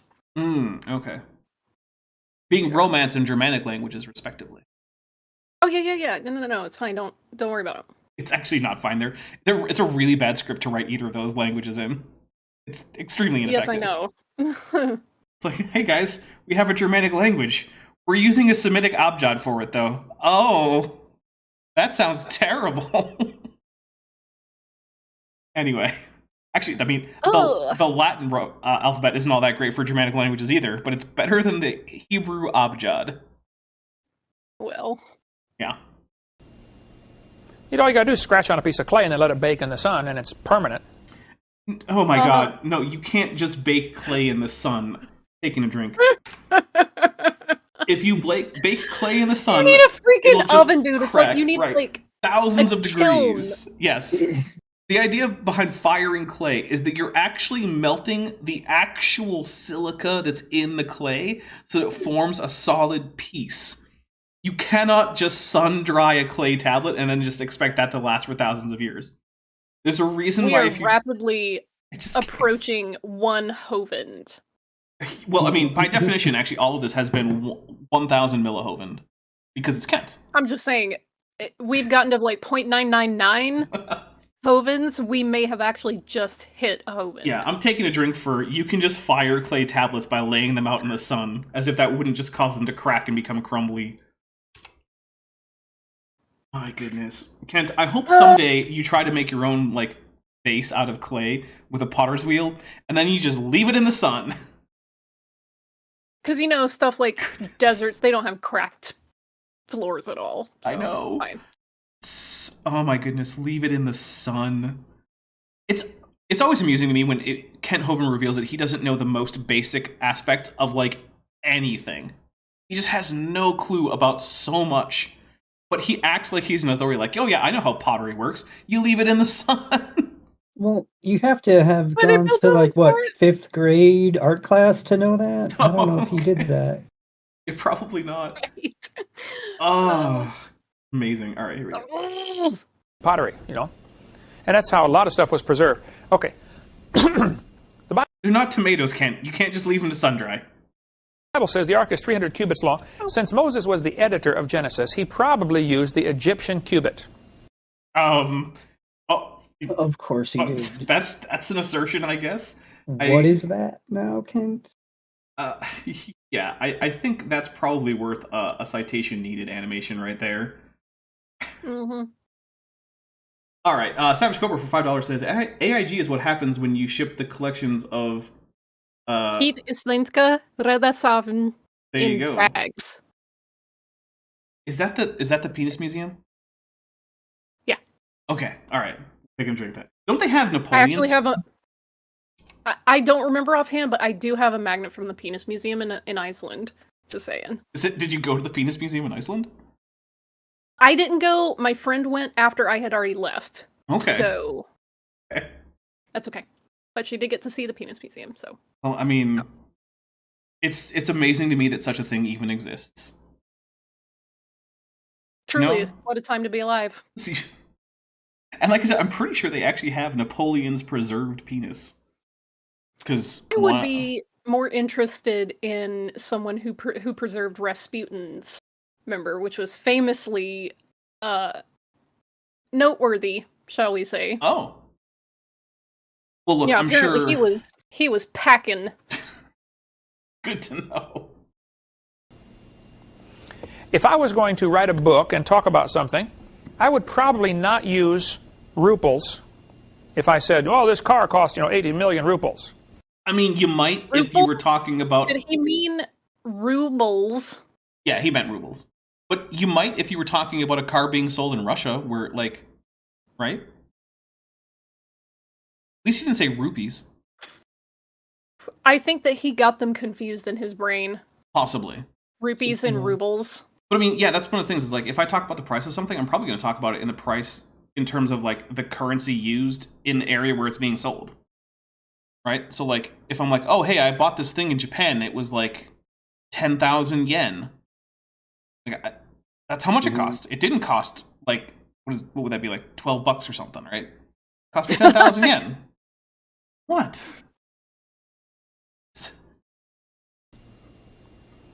Now, you folks, that speak Russian, to you, that means something. A ruble, right? Ruble. Okay. Just checking with our resident person who speaks some Russian.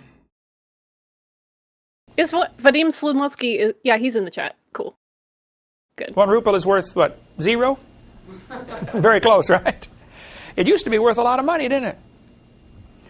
Economies change all the time, Our dollar today is equal to 3 cents of what it was just not even 100 years ago.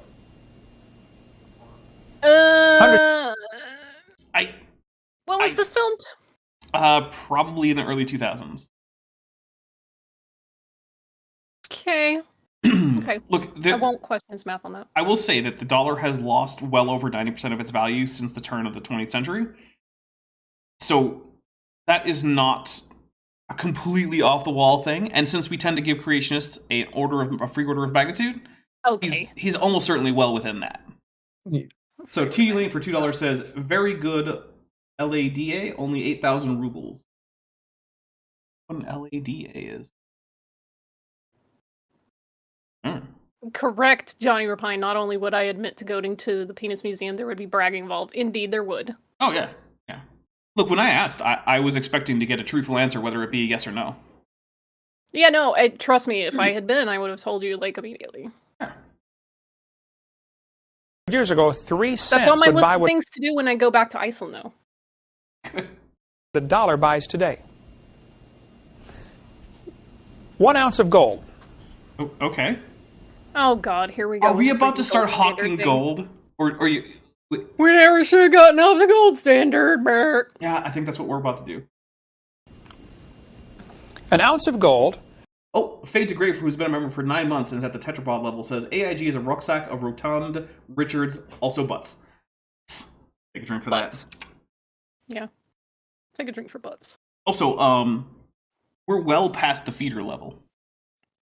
Yeah, I did. That's why I didn't mention it at the start. I was like, yeah, we're gonna hit it easily. Costs $300, $400. Okay, the price varies all over the place. Well, okay, hold on. We're way past your feeder level. We're not quite past my feeder level. I was gonna say, yeah. My feeder level, it'll go up like yours does, like by maybe $5 increments every time. But Okay. I figured we would hit it, so I didn't mention it. For $400, you can buy a nice tailor-made suit. You can go have a custom-made suit and a brand new pair of shoes for $400, right? Okay. Why 1 are we ounce of talking gold. about I mean, I could do it for cost of materials. 150 but it would years take a while. right? Oh, he's just going to talk about how your gold point. loses. He's going to talk about how gold loses value more slowly than fiat currency, which is true. And if the only thing you're worried about is holding on to your wealth like a dragon, then sure, go buy a bunch of gold. But also, what does this have to do with the age of the Earth? What does this have to do with creation? Like, why? Oh, no, see, he's going into one of his conspiracy theories. Right. Yeah. Of course. But which one and why? That's a great question. In this case, I think he's going to go into... They the is the answer to the second one. Well, no, I think he's going to go with the Rothschild. So this is going to be one of the anti-Semitic conspiracies. Yeah. With all of the all of the parentheses. Yeah. Cowboys were settling the West. I'm gonna take a drink. 1 ounce of gold was $20. And with that, you could buy a tailor-made suit and By the way, TD Lane checked, and 3 cents from 1900 is about 107 today. So it was off, but not by an entire order of magnitude. So Probably an accident. yeah. The Fearmonger official says, "Hey, remember when we were talking about biblical archaeology? Yeah, instead of the gold standard." Yeah. And I mean, look, Kent isn't wrong that gold holds its value better than most fiat currencies. But like, I still want to know what an Egyptian cubit is. well, yeah, right. Yeah, that was how this started. Yeah, we're getting to that, maybe. a new pair of shoes. Maybe. See, the price of things has not gone up. The value of the dollar has gone down. Actually, that's fairly accurate. So there's multiple ways to measure like how much something costs. One of the ways that I find the most useful from an economic standpoint is the labor time value. Right? How long does an average person have to work to afford this item? And since 1900, that price, if you calculate it that way, for basically all goods has gone down. It is easier now to afford a sandwich. It takes less time for you to afford a sandwich now in most circumstances, if you're, say, in the United States, than it did in, say, 1900. So I'm actually going to take a drink for getting something right. There is a difference between how much it actually costs you in terms of your personal labor versus just the dollar amount. And yes, the value of the dollar has indeed shrunk. That's a measurable fact. There's more than one way to measure it, but all of the options for measuring inflation indicate the dollar is significantly less valuable now than it was at the turn of the century, or the last century. So good job, Kent. You're getting some basic macro econ concepts. I agree with Savage Cobra, who types, "This is a really creepy freeze frame." Oh yeah. No. Anyone who wants to screenshot this for meme purposes, feel free. That's all that's happened. It still takes an ounce of gold to do the same thing it did 200 years ago. Okay, No one also, cares. Move on. the purchasing power of gold fluctuates. It fluctuates less than the purchasing or power of the dollar does, I'll grant him that, but gold hasn't just held rock steady in value. In fact, if you were investing in gold for the last 10 years or so, you took a bit of a wash. So This is a stabilizing factor, and when our country went off of the gold standard, that was the beginning of the end. Take a drink for Vishanti I tell ya. getting it right. All right, there we go. Also, by the way, guys, I know that 3D Transform isn't applied to this video. If you're here on Saturday, you heard me explain that's because a OBS update broke my 3D Transform. So over the next, it's probably not going to be in time for next stream, but over the next couple weeks, I'm going to see if I can't get back a 3D transform option. So. Al Trucker says, did Lego do his hair?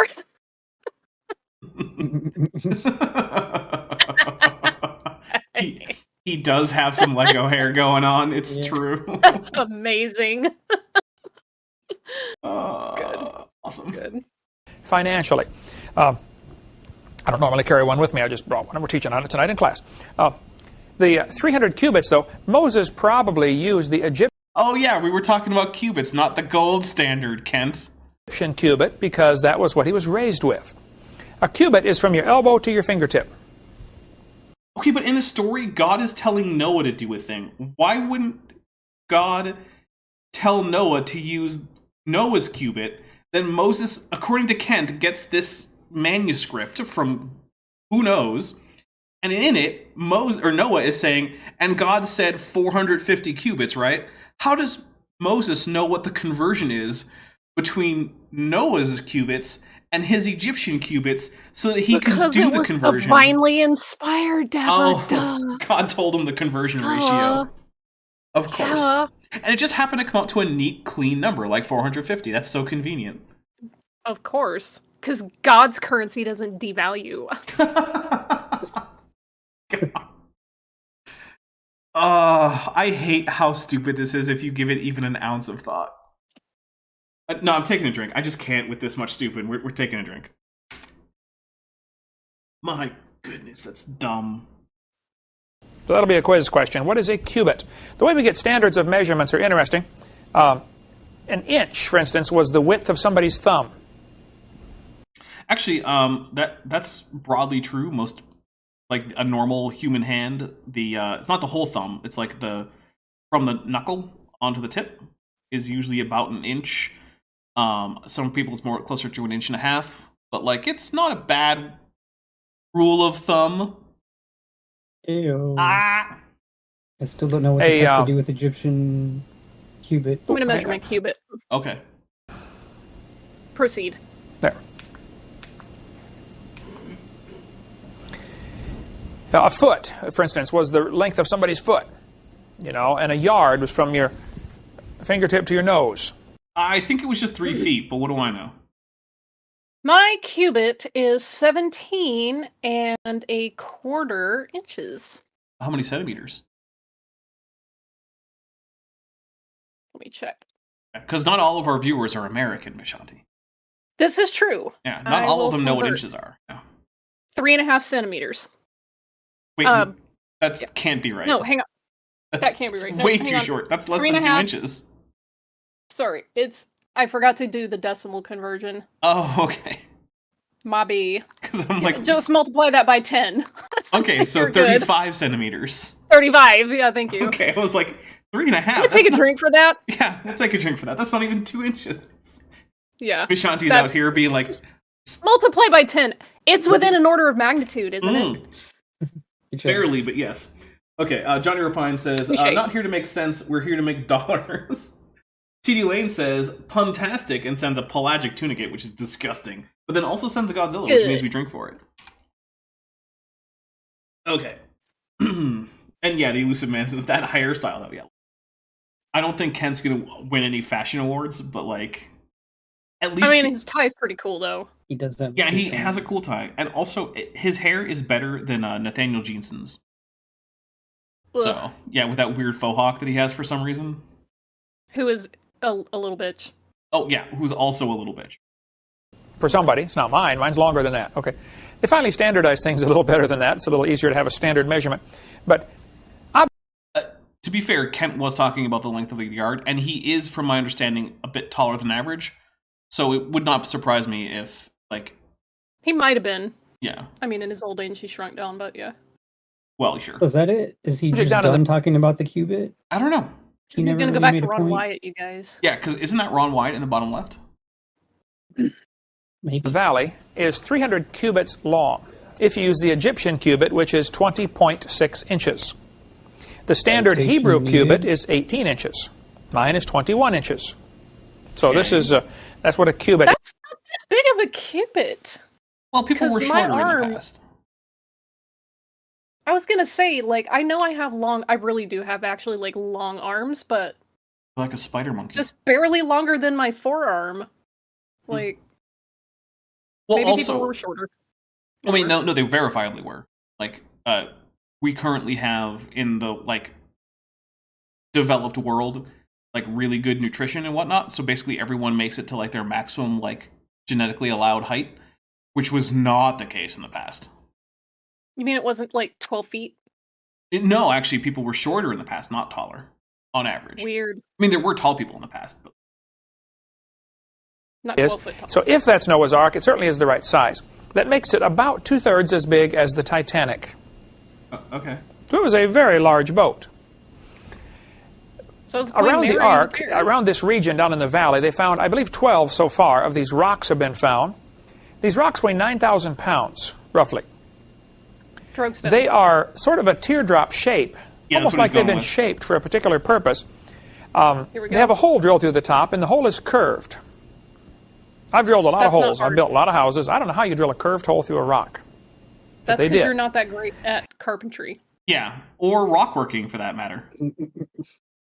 Like, whenever Kent Hoven says, I don't know how this would be done, like, yeah, no, I'm not surprised. But let me guess, some researchers think Mm-hmm. that Noah apparently was just really good at carving rocks. Because, like, what's the point of for saying... him to say Drogestones so I can take a drink. Oh. Also, I think he's picking his nose in this shot.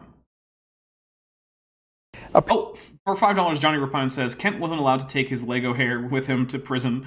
Eric took it along with the ministry and the slides. He actually does still have his slides, which I don't know how he got those back. It's possible that because... if I had to guess, I would say it's possible that Eric just was like, here is like a flash drive with them on it, because like, I mean, being digital slides, they're not scarce. He can just copy them. well, he used to send them out to people. Like, if you requested them, he would send them to you. Oh, free. yeah. So And he could just get He that would have back. them on like a USB drive, or he'd burn them to a CD or whatever. So, like, I have a copy of the slides. Okay, yeah. So like, So somebody would have just emailed it back to him. yeah, or just sent him the physical medium, because my guess is it might be big for an email attachment. No, Because he does say he has like 10,000 slides or some nonsense like that. I don't think it's 10,000, but it's a lot. I mean, Yeah. Which means at some point we should just have a show where we go through his slides. God. I've got them. They're sitting in my like cloud storage right now. So Maybe that can be what we do on Saturday. Is just go through Kent's slides. go through his slides. Yeah. That might actually be a fun Saturday show. All right. Okay. Here we go. Apparently, and by the way, the bigger the rock is, the bigger the hole is. The Really? theory is that it's probably Okay. to hold a rope. Oh, Bigger rock, bigger rope, of course. come on. And the rope was hanging this rock over the side of the boat down into the water. Mm-hmm. This is called a drogestone. Drink! The Bam! purpose of a drogestone is to keep the boat from shaking around when the waves go by. Bam! Shock absorbers. Today in the Navy, they have water, that's not the name for it, they call them drogue chutes. I didn't expect Kent to swear. I don't actually remember drogue shoots. Do you? I remember an anchor I remember an anchor. Yep, we had and an we had anchor chain. Yep.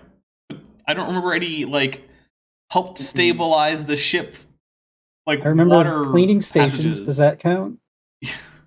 I do remember the Didn't get time that. that a crab got caught in one of the seawater filters and then just grew up there. And we know it grew up there because it was too big to fit through the opening. So Oh god. some of the mechanics open up this seawater intake, and there's a crab that's too big to have gotten through. So it had to have lived in Poor there guy. for months, growing Wow. up as Yeah. a crab. So, you know. Two crabs. Oh, and then, of course, the mechanics, being a bunch of idiots, put it in a freshwater bucket of water. And Oh. it That's so promptly dumb. died. Yeah, they just put it in potable water. Why? Because they're idiots. Yeah, I guess. Yeah, this Parachute. animal who lives in the actual sea. Let's put it in fresh water. Yeah. It did not survive that event. Poor little guy. If it really gets stormy and the boat's shaking around, you shoot these things down into the water with a chain on them or something, and the parachute, like an umbrella, opens up in the water. And when the All right, look.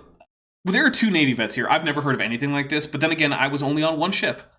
So maybe there's other ships that I don't know about that have these things. But look, if you were in the Navy and you remember this thing, please tag me and let me know. Because as far as I can tell, this is made up. But again, I'm not an expert on everything that happened in the Navy, because I don't know if you know, but usually you just do your job and not everyone else's job. And you're not an expert on all those other jobs. So, like... My stepdad was a radio guy in the Coast Guard, but I'm sure that he has shipmates that he could ask, too. Yeah. But he's probably going to laugh at this, so, you know. Oh... Okay, so Savage Cobra says he's talking about a sea anchor. Parachute-like sea anchors are common on life rafts. Okay. How the rafts they train us on You know are... why? Okay, that's... It's because they're made of really light materials that flip over easy. Hmm.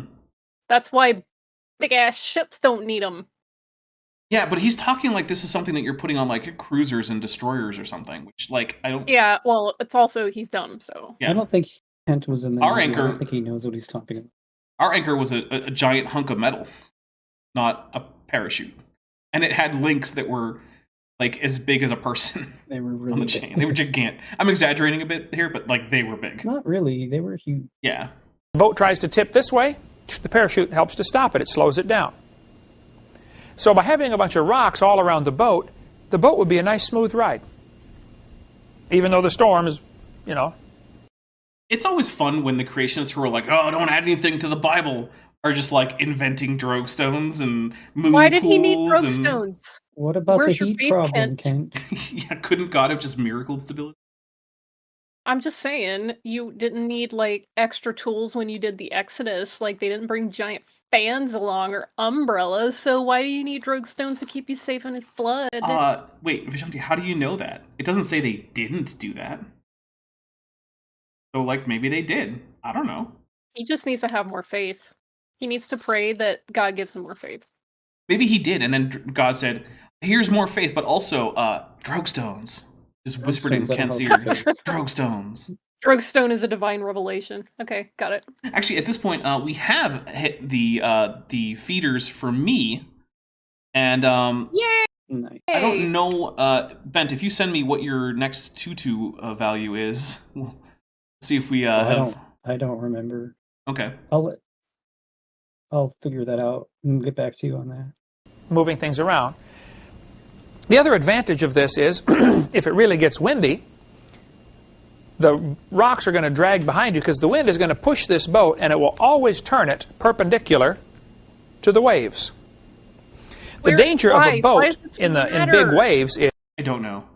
I think it's all just, the ark would have been seaworthy. Okay. It doesn't have to be seaworthy. If the boat is going this way and the wave hits it from the side, it'll roll the boat over. This is called capsize. You know what, Kent, you got that right, too. That is what capsizing is. We'll take a drink. Okay. Look, I said at the beginning that I get super generous by the end with the Kent get something right aspect. Gracious.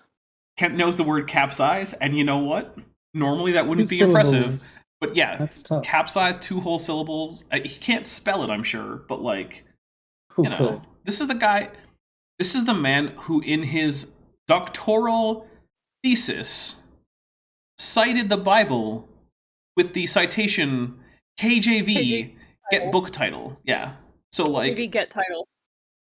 I think actually both were in there at various points. Both and But, numerous like, times. Yeah, like, this is not an intelligent man. Roll over. When big military ships today get into a storm, they turn the boat and head into the wind. Because the wind is going to make the waves go a certain direction. Too Young to Feel This Old says, here's just in case we need more tutu money. Thank you very much. Which, given that I don't know the actual threshold, I'm not sure. But it might be enough. Well, if you looked in our chat, you would know. Okay, but for... Oh, okay. To be fair, for production purposes, I actually have the text part of that hidden, so I can get as much, real estate from your 2 video feeds. Okay, I will check that now, and let's see. Yes, we're definitely over that value, so I think we also beat it last Saturday, Bent, so I think you're going to be in the tutu for a little bit. So I have 2 more tutus after today. Excellent. It might just be Forever Tutu. Hey, I'm okay with Forever Tutu. As long as it's not too hot in here. It does warm me up a bit.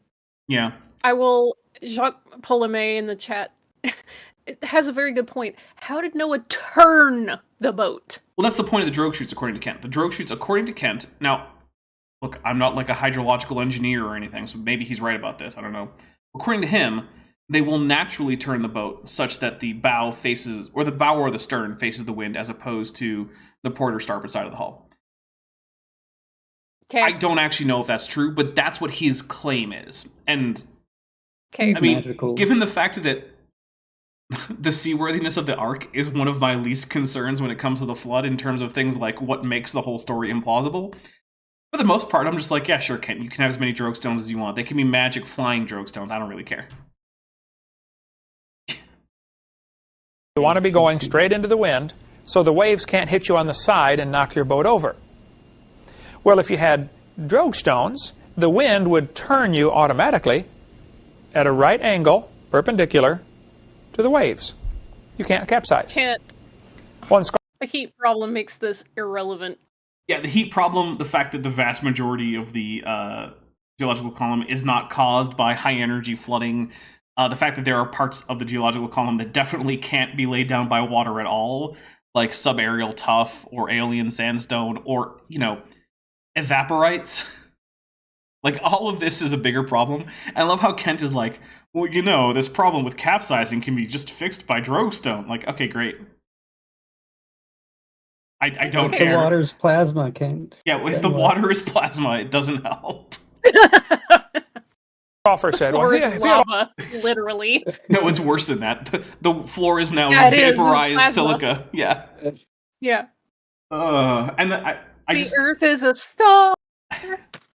Yes, I really do have to point out the fact that according to every flood model, the Earth is at least hot enough to turn the silicon components of the crust of the Earth to a gas, if not strip the electrons off and turn the entire planet into a ball of plasma hotter than the surface of the sun. Which is pretty hot, by the way. Yeah. Like, that's what we're talking. We're talking like the arc story just doesn't work.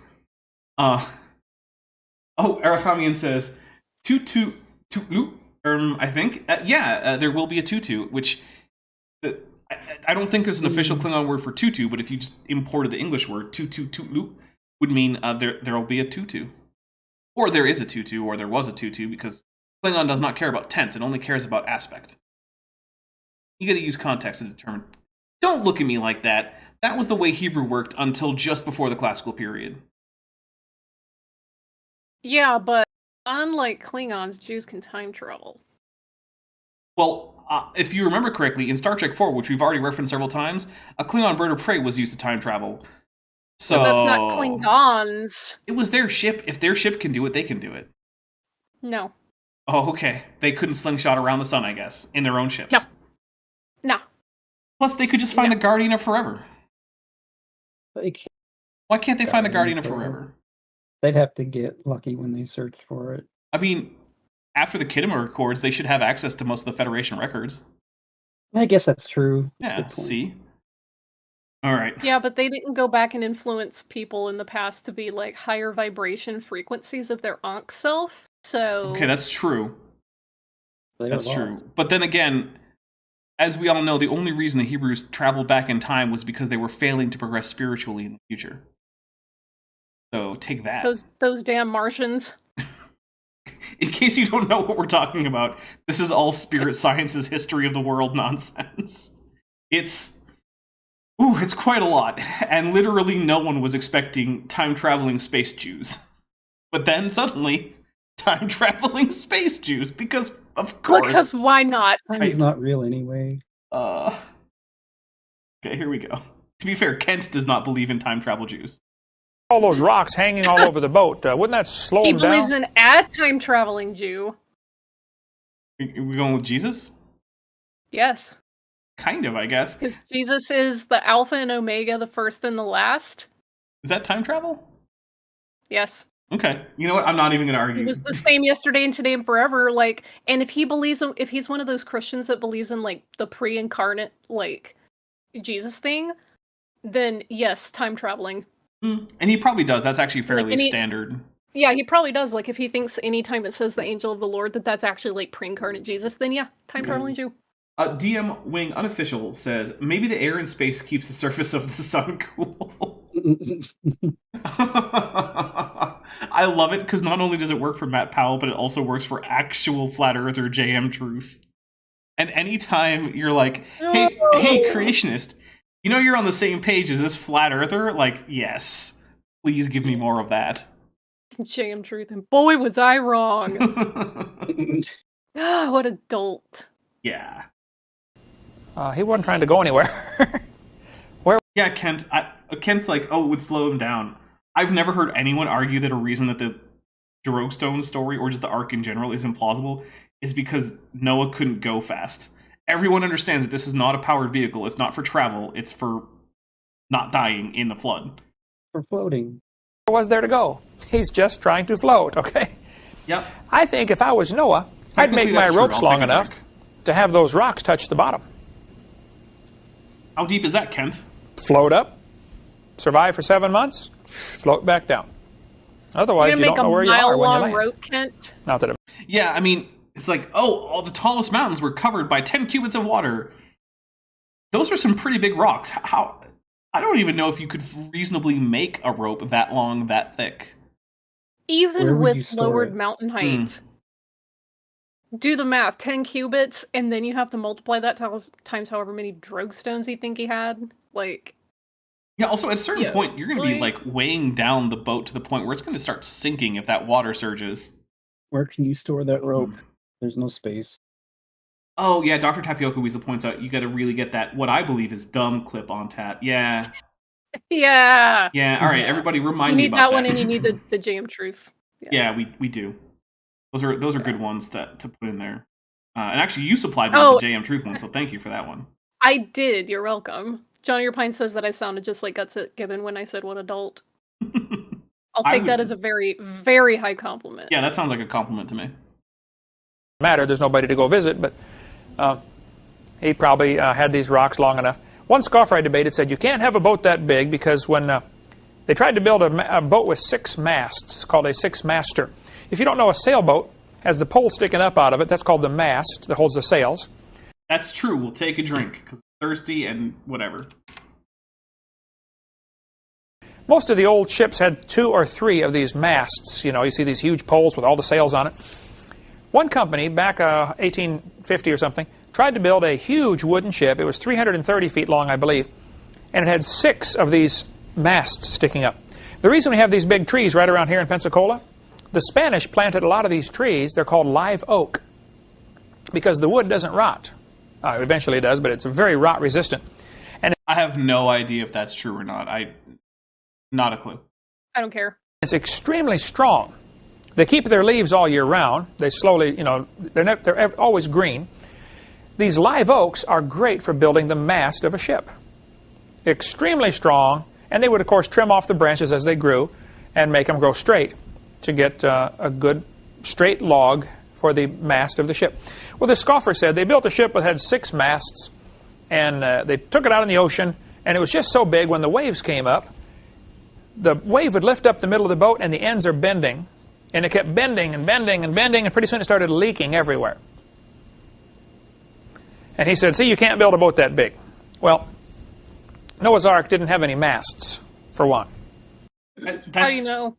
Well, okay, there's that, but also, the point isn't the masts. The point is that wood is not going to form the length of the boat and wood.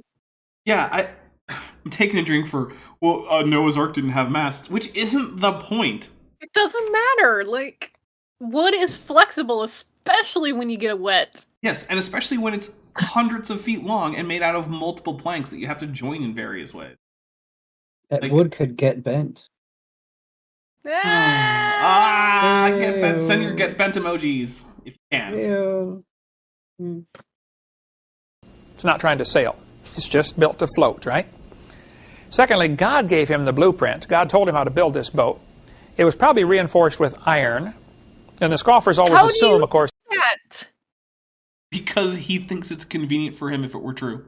That's literally it.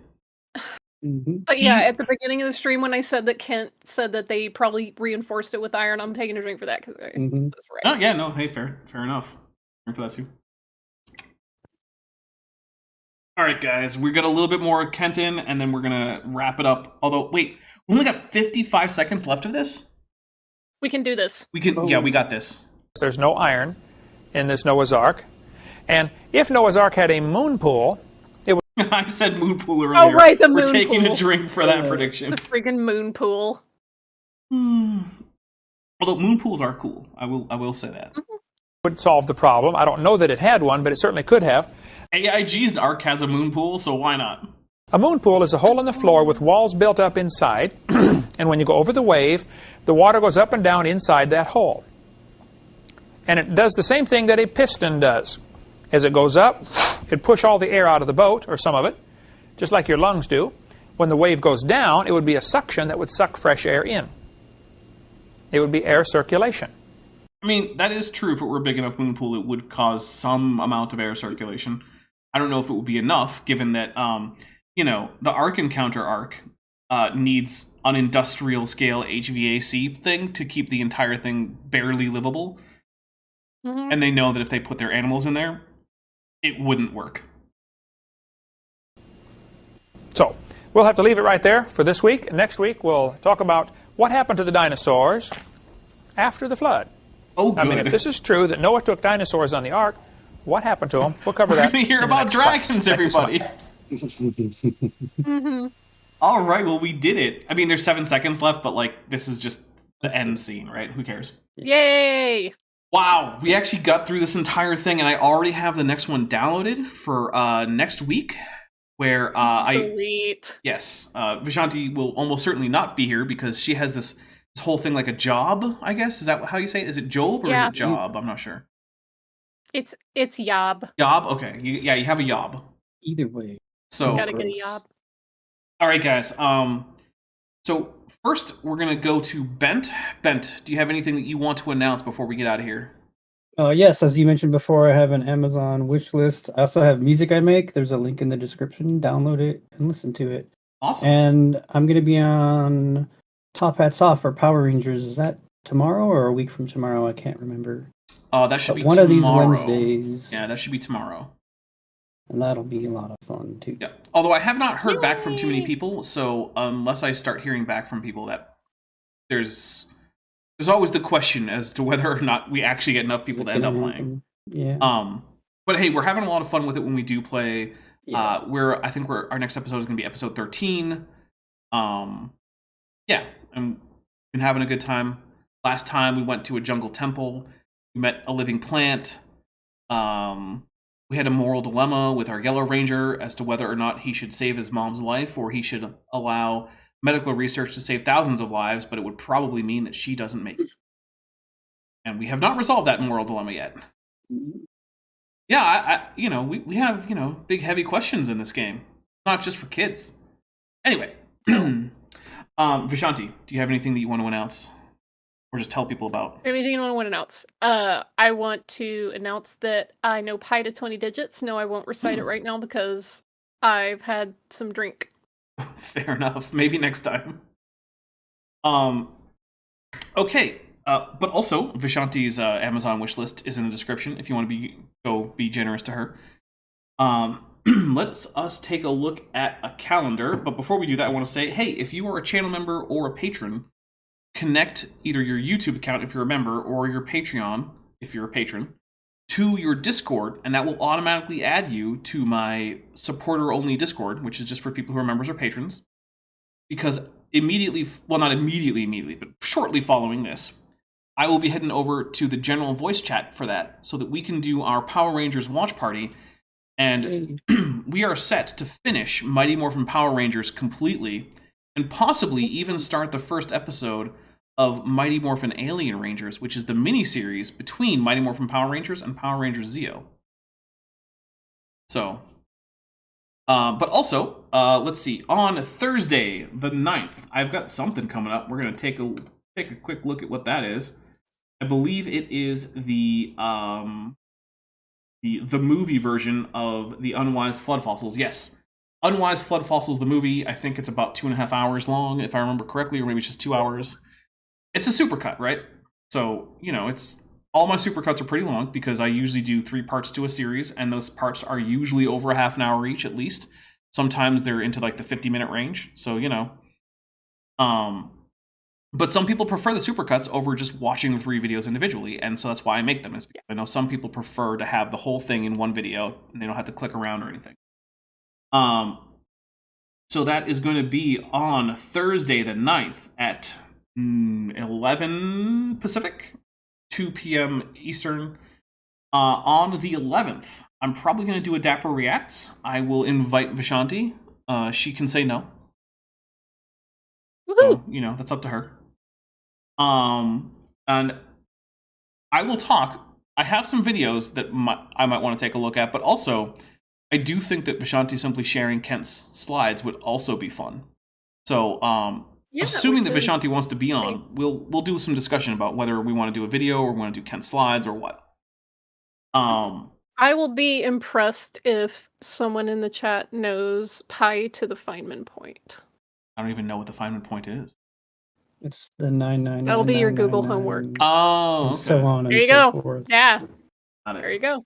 Which is, I think, 800 or something. But that only It's quite a exists. That only exists in like what's it in decimal? Change to a different base, then nothing special there. I'm just saying. Okay, fair enough. It starts at position 193,034. Oh, gee, far. that's quite a lot of digits. That's like I said, I'd be impressed. Yeah, I would be very impressed. Let's see.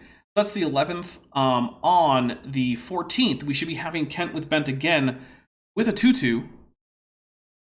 So, Yeah! Mhm. Yep. Mhm. Then Mhm. on the 16th, I'm going to double check what I actually have coming up because it's going to be a new series. So you just give me a second while I check my unlisted videos so that I can actually see what we're getting with here. Let's see. Yes, we're going to be going into a talk given at ICR at their little creation museum by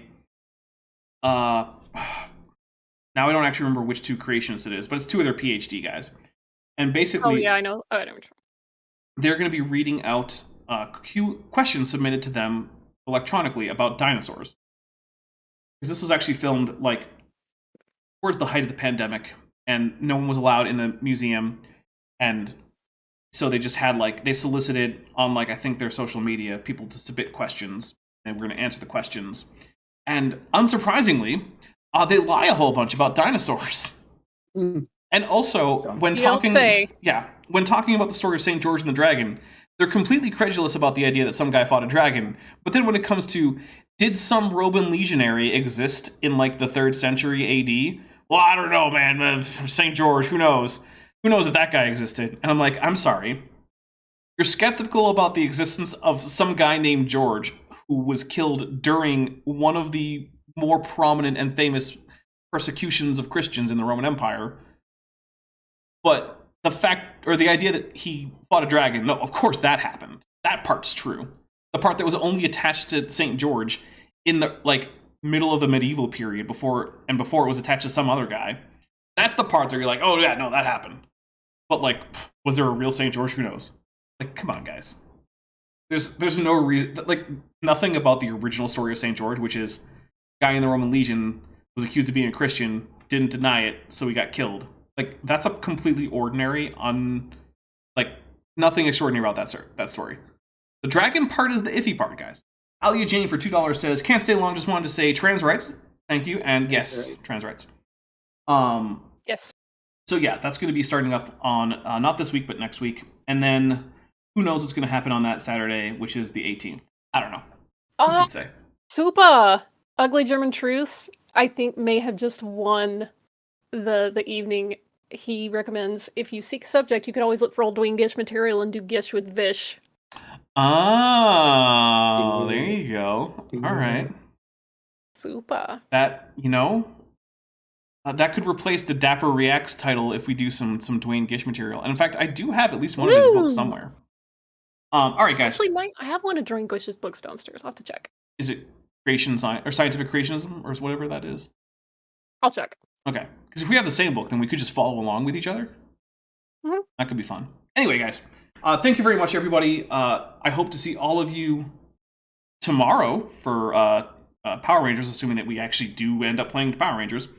But if not, then hopefully on Thursday, where we will be doing a premiere.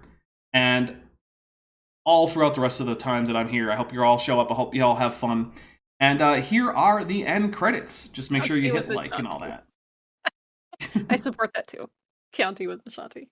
I mean, yeah, it could be fun. I could buy some Chianti, yeah. All right, guys, we're out of here. Bye, everyone. Thanks for watching, but before you go, I just want to say a special thank you to my channel members and my patrons, especially those pledging $20 or above. Bob Knob, Work in Progress, Ben Tovand, Tapioca Weasel, Cynically Skeptic, Denny5252, Elron Teller, Farava, Ian Chen, Landon Knoll, Mabdy Babbity, San, Sphincter of Doom, and the Venerable Bede. As you probably know, YouTube is a very volatile platform, and from month to month my income on the channel can swing wildly. But the people you see on screen are directly supporting so that I don't have to worry too much about that, and the channel can keep going as it is, and perhaps even improving. If you'd like to join this team, there are links below to join the channel or in the description to join the Patreon. The Patreon starts as low as $1 a month, and the channel memberships start as low as $1.99 a month. On Patreon, you can even get a discount for pledging annually. If you do decide to pledge, you'll get access to an exclusive Discord server just for channel supporters, as well as early access to all of my pre-recorded videos, often up to 2 months in advance. Higher tiers will unlock even better perks.